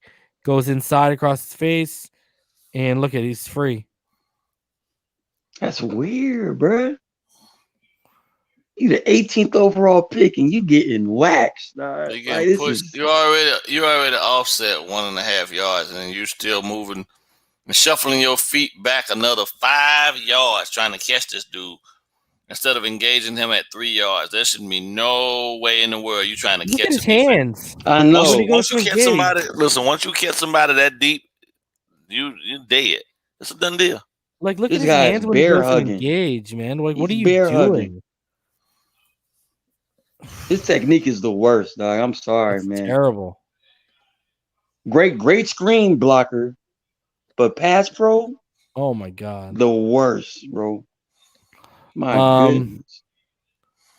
All right, so continuing on here, it's gonna get even better. They ain't gonna bench him either. We got Trips or Trey, depending on who you want to listen to the left. 1 out to wide to the right. I'm just teasing. Brissett in the shotgun, running back to his right side. And again, watch the get off and watch Epinesa. Look at Brissett dodged it, but what do you do? Like, what do you do? Watch again. Here you go. Ready. Epinesa out wide. This is genius by the Bills, by the way. Yeah. Look at how they align their defensive line. Yeah, I know, eh? Just confusing the shit out of them. So wide. That's the wide nine look. That's basically saying you got your 1-on-1 with this trash to the left. Yeah. Beat him. That's basically what that means, bro. Yeah. Wow. And he beat him. Start saying, I'll take these 2 inside. You got him 1-on-1 outside, and the other 2 guys up top got 1-on-1 matchups. Somebody get there. Guys, 18th pick or not, Austin Jackson should not be starting right now. I agree. Brian Flores is not telling us as fans the truth when he's saying I have to start on my best 5 guys. Give me Greg a little, bro. Let's do it. Give me you. Something. Give me BallGame at left tackle. Shit. All right, so empty set, 2 to the right, 3 to the left. Bill's showing they're only going to send 4. And they do, and look at it again. Same thing. Epinesa just beats him out wide.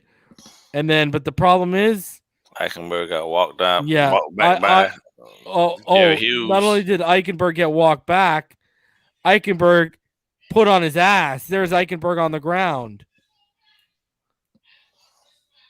Man. Eichenberg put on his ass, bro. Watch this. Yeah. We'll see from the God view. You'll see it a bit better. Right? Oh, that's Russo over there, huh? Yeah, watch this. Eichenberg just driven back. Oh, look at that. Yeah. Hands not good. He gotta get under the shoulder pads, bro. Otherwise, yeah. Good night. Just driven back, put on his ass. And then the drop. It wasn't our game. It wasn't our game, bro. Yeah, they were mentally in our heads before this even started, though. But like I just said, you know what I'm Robert Jones is in that left guard right now, and he's actually doing a damn good job. But it's over. Look at Eichenberg right now. Look at the legs, bro. Like it's like the base isn't strong enough, and he's just overpowered. And Candy, sweetie, go. Let me see you tootsie. That's exactly how his legs were. He's tootsie rolling right there, bro. Look, it looked bad. It looked bad. He got beat off the brakes. Being nice. But again, the entire offensive line needs to take a good look in the mirror, bro. Because that was one of the worst. And I think we're ranked 32, by the way, as far as our pass protection grade. You know what's We crazy? we Going into officially have the Las worst Vegas, offensive bro? line. Las Mhm. Vegas is the #1 team in the NFL right now at creating pressure, and they do it with mainly 4-man fronts. 4-man fronts. And this offensive line, what are they going to do? I don't want to start in this game. I'm sorry. Yeah. I'm sorry, man. We're taking an L if you don't start. That's the thing, though. But I'll take it. I'll take it. If that means Tua gets one more week of rest, and this offensive line They does ain't gonna be not able to get arrest this him. kid They gonna in ask him harm's if way. they gonna ask him if he's okay to go. He gonna say yeah because he wanted to he go a back into the warrior. game on Sunday. exactly. He a warrior, man. That's what tells me he's going to be able to go this weekend. I wanted to share this with you guys, okay? And we'll talk about this and we'll close it out after we go over this article. But I wanted to share this with you. So this is from Barry Jackson. Dolphins making offensive line changes, discussing others, details, and insight from the coach. But Tua is the problem. Wow. We showed you the film. I've been warning everyone all offseason, but Tua is the problem that now the team are making changes. So anyways, eager to fix an offensive line that was dominated against the Buffalo Bills, Miami Dolphin coaches this week discussed several potential lineup and position switches. According to team sources, Solomon McKinley, who started the first 2 games at left guard, is expected to go to the bench against Las Vegas, and rookie second-round pick Liam Eichenberg is expected to be inserted as a starter Sunday, barring another change of heart by the staff during practices this week. This is a problem. Eichenberg is not a guard. We just showed you he does not have the base and the anchor to play guard, because he has problems playing right tackle with that base in the anchor. But now, all of a sudden, he's going to be strong enough to play guard. These guys are asking for it. Austin Jackson is expected to keep his job at left tackle for now, but he knows he must improve internally. So not by PFF, but the Dolphins' own grading. He graded out as Miami's second worst lineman against Buffalo per sources. Now, per Football Focus, Jackson permitted 9 quarterback pressures and at least one of Buffalo's 6 sacks and has been one of the NFL's lowest graded tackles since the start of the rookie season in 2020. Dolphins coaches and officials this week privately and briefly discussed the wisdom of 2 global issues: moving Robert Hunt back from right guard to right tackle and possibly shifting Jackson from left tackle to guard. I said that last night. But he doesn't have the anchor for guard. Yeah. He's going to get beat up. If he can't handle speed and power rushers right now, how's he going to handle 300 and something odd guys inside the inside? It's not going to happen. So the sources said both remain on the table as long-term options, but the Dolphins are not expected to execute either of those moves now. They want to continue to develop Jackson as a tackle, but for the first time, the idea of playing him at guard has been raised and could happen at some point. Hunt played well at right tackle the final 6 games of last season, but Miami moved him to right guard in April, believing he has more upside there. Per sources, the Dolphins have gone back and forth about where to play Jesse Davis and Eichenberg. There's some thought of having Davis continue at right tackle and Eichenberg at left guard, and it wouldn't be surprising if that's the direction they go against Vegas. But there's also some internal support to having Davis move to left guard, where he has experience, in playing Eichenberg at right tackle, where he played and allowed 5 pressures on Sunday after Davis left Sunday's game with a knee injury. An MRI revealed nothing serious with Davis, and he was moving around well Monday and hopeful of playing in Las Vegas. Kinley was removed late in Sunday's 35-0 loss and replaced with rookie Robert Jones. Offensive line coach Lemuel Jean-Pierre declined to explain why, but said all 5 jobs will have open competition this week. We are in week 3 of the NFL season, and you guys are fiddling with the lineup, and you have open competition when we can't have padded practice like we did in the offseason. God help me with these guys. Sources say that they already have a plan, barring something in practice changing the plan. Miami Herald asked Jean-Pierre several pointed question on Tuesday. His response is edited for space. Will Eichenberg get a chance to compete with Jackson at left tackle? Jean-Pierre declined to say, responding only, multiple guys will have opportunities to compete at left tackle throughout the week. He said Eichenberg was simply okay at right tackle after replacing the injured Davis on Sunday. We showed you some of the reason why. Have you given any thought to whether Jackson would be better as an NFL guard? Yeah, he said. If you get guys really good at one spot, you would love to keep them there. But if Jackson doesn't improve as a tackle, could you see a scenario where you play him at guard? If you're on that field and you're not improving, you shouldn't be on that field, Jean-Pierre said. If not, it's not if Austin can't do it at tackle, will he do it at guard? He needs to show he's one of the top 5 guys on the squad. Well, then why is he on the field? You're contradicting yourself. If you're on the field and you're not improving, you shouldn't be on the field. So why is he on the field? Pro Football Focus said Hunt graded out well at right tackle over the final 6 weeks last season, but you moved him to right guard. Is there any thought on moving him back to the right tackle? We always said he has versatility, Jean-Pierre said. Rob is a really good player in general. He has some natural things that are hard to teach. I love his effort. Have you given thought to giving starts at guard potentially to Greg Mance, who has 28 NFL starts? Jean-Pierre declined to answer, but a source said the answer is no at this time. Check this one out. This should tell you we got idiots, we got clowns running the show. Are you convinced these 3 high picks, Jackson, Eichenberg, and Hunt, are at their best positions? I thought Tristan Wirfs, this is from Jean-Pierre, I thought Tristan Wirfs from Tampa was an all-pro guard who would dominate. Obviously, he's a pretty good tackle too. Those 3 guys all have a skill set that will make them really good players. Because Austin has always been a left, we see him mainly at left. What we do this week moving forward, I don't know. I know he's really quick, really strong. Why are we talking about Christian Wirfs, let alone why do you think he's basically telling me if we would have drafted Wirfs and he was in charge, he would have had him at guard, bro. Idiot. Anyways, man. Some fans and media are worried about what if Jackson, Eichenberg, Hunt, Kinley, and Dieter, all of these draft picks don't develop. Do you believe those 5 or most of them will become quality NFL starters? Yeah, Jean-Pierre said, I'm high on my guys because of things I know. The sky is not falling. The character of those guys he mentioned, and Greg Little, Mance, Rob Jones, is off the charts. I don't give a fuck about character. I need guys who can block. That's it. Sometimes things happen in a negative way early. Yo, Richie Incognito, terrible character, but amazing blocker, bro. That's exactly what I was thinking. Give me a break. I told the guys, if it's going to happen, let's learn from it now rather than later in the season. No, you got to learn from it in the off season, bro, not during the regular season when the shots being fired count. Yeah. So you're the 4th offensive line coach here in 26 months. General manager Chris Greer has given you high draft picks. Do you feel a burden to develop these players? He said that poor performance on Sunday is not on them alone. I take a lot of that burden on myself to do whatever I need to get it right. Jean-Pierre confirmed that center Dieter has a role in blitz pickup, but didn't solely blame him for the 2 early sacks. He said communication in days leading up to the games must improve. With the amount of high draft picks allocated to the line, what's the gap between what the Dolphins are getting and what they should logically expect to get? That's interesting, Jean-Pierre said. A lot of times you don't know until you get into this level. That's why you see late draft picks undrafted come in and produce, and you're all surprised. When you get to this level, that draft pick is nice, but it's gone now. You have to perform. Here's what I know.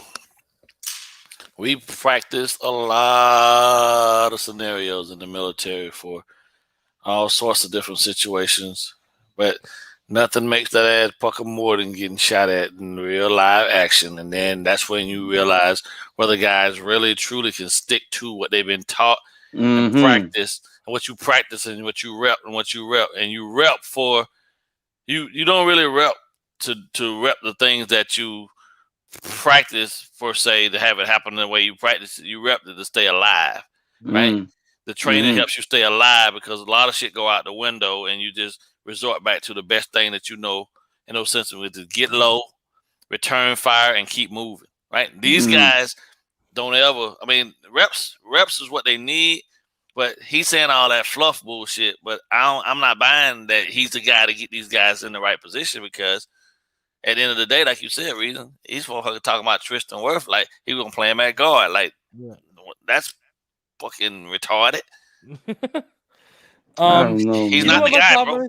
This is why this needs to fall at Flores' feet too here, okay? Flores 1, Greer 2, and this is why. You saw Barry Jackson put out the report. When everyone was blaming Greer, he said, ho, ho, ho, ho, ho. Flores has a ton of say in personnel, and Greer defers to him a lot. So when they're successful, they both deserve credit. When they fail, they both should be criticized. That's paraphrasing, but that's what he said, okay? Now you've had this turnover at the offensive coordinator position, and with offensive coordinators have come new O-line coaches each time. We've actually been through 4 O-line coaches because we fired the first guy in 2019 because he said Dieter wasn't ready. By the looks of it, the guy was right 2 years early. And so what I'm sitting here saying is the coaching hasn't been able to be put in place, because how can you expect these guys? The reason why we're seeing regression, one of the reasons, is because they have a new coach, has a different fundamental and philosophical belief than Steve Marshall, who was here last year, has different coaching techniques, believes in different things. So you have a disconnect where they're almost kind of learning all over again. Like we talked about the continuity, you want to have an offensive coordinator for Tua so he doesn't have to learn new terminology, new schematics, all that stuff. Well, the offensive line is kind of going through it with a new playbook, but also a new teacher. And there's no continuity for the offensive line. And now it looks like a lot of them are starting to regress. Like my whole issue here is this needs to fall at the feet of Brian Flores right now, because it is his job for a guy who gets defensive when he's called a defensive coach and to reminds everyone he's an offensive coach. Bro, you can't get the offense right. You look at the coordinators, the play calling and the concepts are poor. The blocking is poor. The communication is poor. Mm-hmm. This comes from the coaching staff. And guess what? This was offensively, he rebooted basically the whole offensive coaching staff. So, and he's done that almost every year he's been here. Yeah, man. So this needs to, what's it called? Chad Shea was too complicated. Gailey was coaching, didn't want to groom a young quarterback who was coaching for one guy. Now we're seeing this simplistic stuff. Gailey, you gotta take the training wheels off of this offense. Agreed. And we got to start getting into a progression-based offense with outlets and checkdowns underneath, because first of all, we don't have the coaching or the offensive line right now to run a RPO offense. That's clearly evident. And Mitchell Schwartz, as much as I love him, he's not going to fix all five guys. And as much as people want Deshaun Watson, quarterback is not the problem right now. It's not. Tua adjusted after he saw the corner blitz. When he saw Micah coming in on the safety blitz, he adjusted. He called it out. He communicated. Malcolm Brown did not adjust and pick it up. The offensive line did not adjust and pick it up. And it was a wrap. So this is what I'm sitting here and saying. Like, this is much deeper right now. Like, we saw even when Brissett was in there were play calls and concepts that didn't even put Jacoby Brissett in a position to succeed, let alone a rookie second-year starter in Tua Tagovailoa. You see where I'm going here? We've shown bad O-line play, bad concepts, bad play calling, and we've shown them putting quarterbacks, the bootleg on Tua, the slant to open the game, really, because they only ran two routes on that whole concept. You saw the Brissett on the RPO. There was only one read to make, and then if it was taken away, he was done. So, like, this is what I'm sitting here saying. Like, there's a lot of things going wrong here. It's literally not on one player. Oh, yes. Yes. And the separation, for as good as this wide receiver group is supposed to be, the separation isn't coming in abundance like I thought. And what's crazy, I said this before last year, I'll say it again. When your guys aren't naturally, organically separating, it's up to you as a coaching staff to manufacture space if you can't organically create it. And they're not even doing that. Yeah. So, but it's Tua's fault. It's Tua's fault, bro. Fault. Yeah.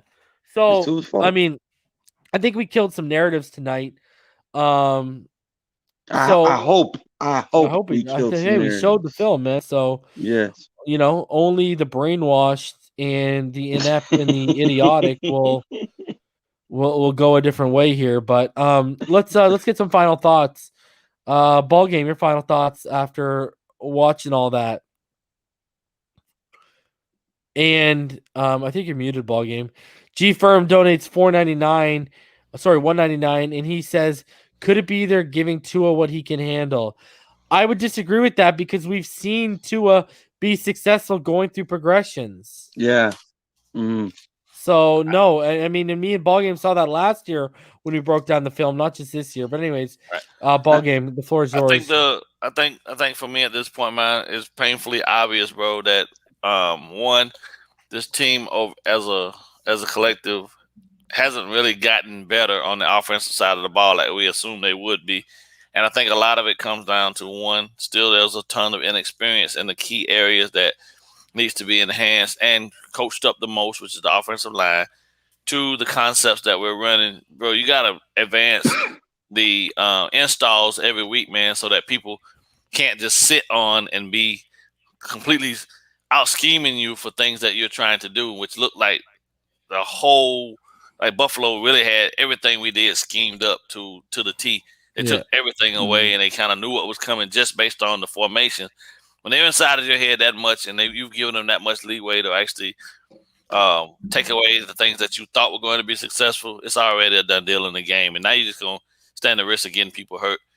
I always like to come on and see the film before I make any judgments about things.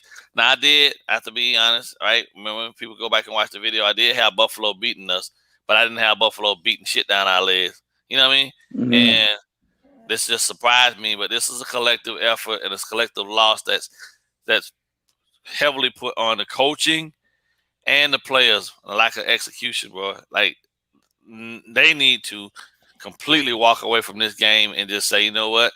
Fuck that. It's done. It's over with. Don't ever bring it up again and move on from it. And really figure out exactly why giving people lip service about what's going on is the route that they're taking, because you can look at the film and obviously see that there's not a lot of coaching going on. Yeah. And at the NFL level, coaching still has to exist until you get to a point where your team is what you would consider a veteran team, right? And then guys really don't need as much. You just tweak things here or there. But right now, there needs to be a wrench on everything. They need to be running around, plugging holes, freaking stopping leaks, tightening down all the screws and all the bolts, bro, because these kids are falling apart at the seams. And the offensive line coach is, I don't know, man. It just seems like they're just allowing these kids to flounder, man, which is not going to be successful for anyone. And it just breaks my heart that at the NFL level, they're getting paid all these millions of dollars and all this money, but coaching is going to be the demise of such a group of kids that really, I think, could be special. Yeah. Right? So, shout out to Irving for the $2 donation. It says quality all 22 film breakdown as always, boys. Martin, your final thoughts, buddy? Yeah, I'm with both of y'all, man. This is one of those film sessions where you have to watch one time, look yourself in the mirror and throw everything that you saw on film away and really get back to work. Head down, stop playing in the film room, stop playing on the field, and take your craft seriously. And I'm talking from Austin Jackson to Solomon Kinley, Dieter, Hunt, Jesse Davis, or Liam Eichenberg. All five, the starting five, need to be on one accord and one page, because right now they're free balling. They're doing whatever they want, bro.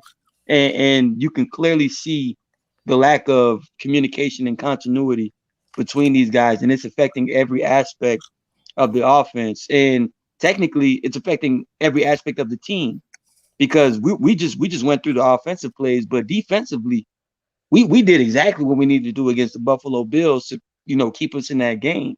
Yeah. But we just could not generate enough, point ceiling drives, whether it be field goals, missed touchdowns. We cannot beat good teams like that. So again, we have to get back to the drawing board. We have to start taking the craft seriously. And we have to just say, it's not just about Tua.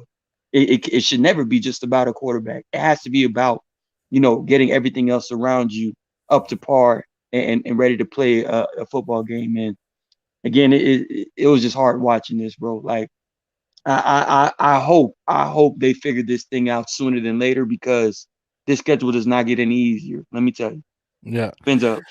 So Thursday night we'll be back, and I'm thinking I'm going to do a little bit of a film study, and we're going to take a look at the linebackers and the run defense over the last 2 weeks. And EM might join that for me. BallGame, if he's free, he can join. But I think Thursday night we're gonna do a little film study session, and we're gonna specifically key in on the linebackers. I'm gonna clip up some stuff, and we'll take a look at the linebackers on Thursday. And just because we've got 2 games in a row, 2 big run plays in a row to start it off against us, so we're gonna go take a look at the linebackers. I'm thinking on Thursday night, and then I'm gonna do a Javon Holland film study. In the next 2 weeks, that's going to drop. So, and that'll go early to the Patreons and the channel members, and then it'll get released to the public after a day or two with those with the Patrons and the channel members. And then by that time, hopefully Jalen Phillips has stacked some up, and we can take a look at Jalen Phillips and see the impact or the non-impact he's having. But I want to take a look at Jalen Phillips too. But all right, guys, I appreciate each and every one of you for spending Tua's day with us on Phinside the NFL. I just wish it would have been more Tua highlights and less of like, this is the O-line and this is what these guys are dealing with, but here we are. But guys, Fins up all day, every day. Stay happy, healthy, safe, blessed. And unless something breaks tomorrow, we'll see you right back here on Thursday, guys. Have a good one. Peace.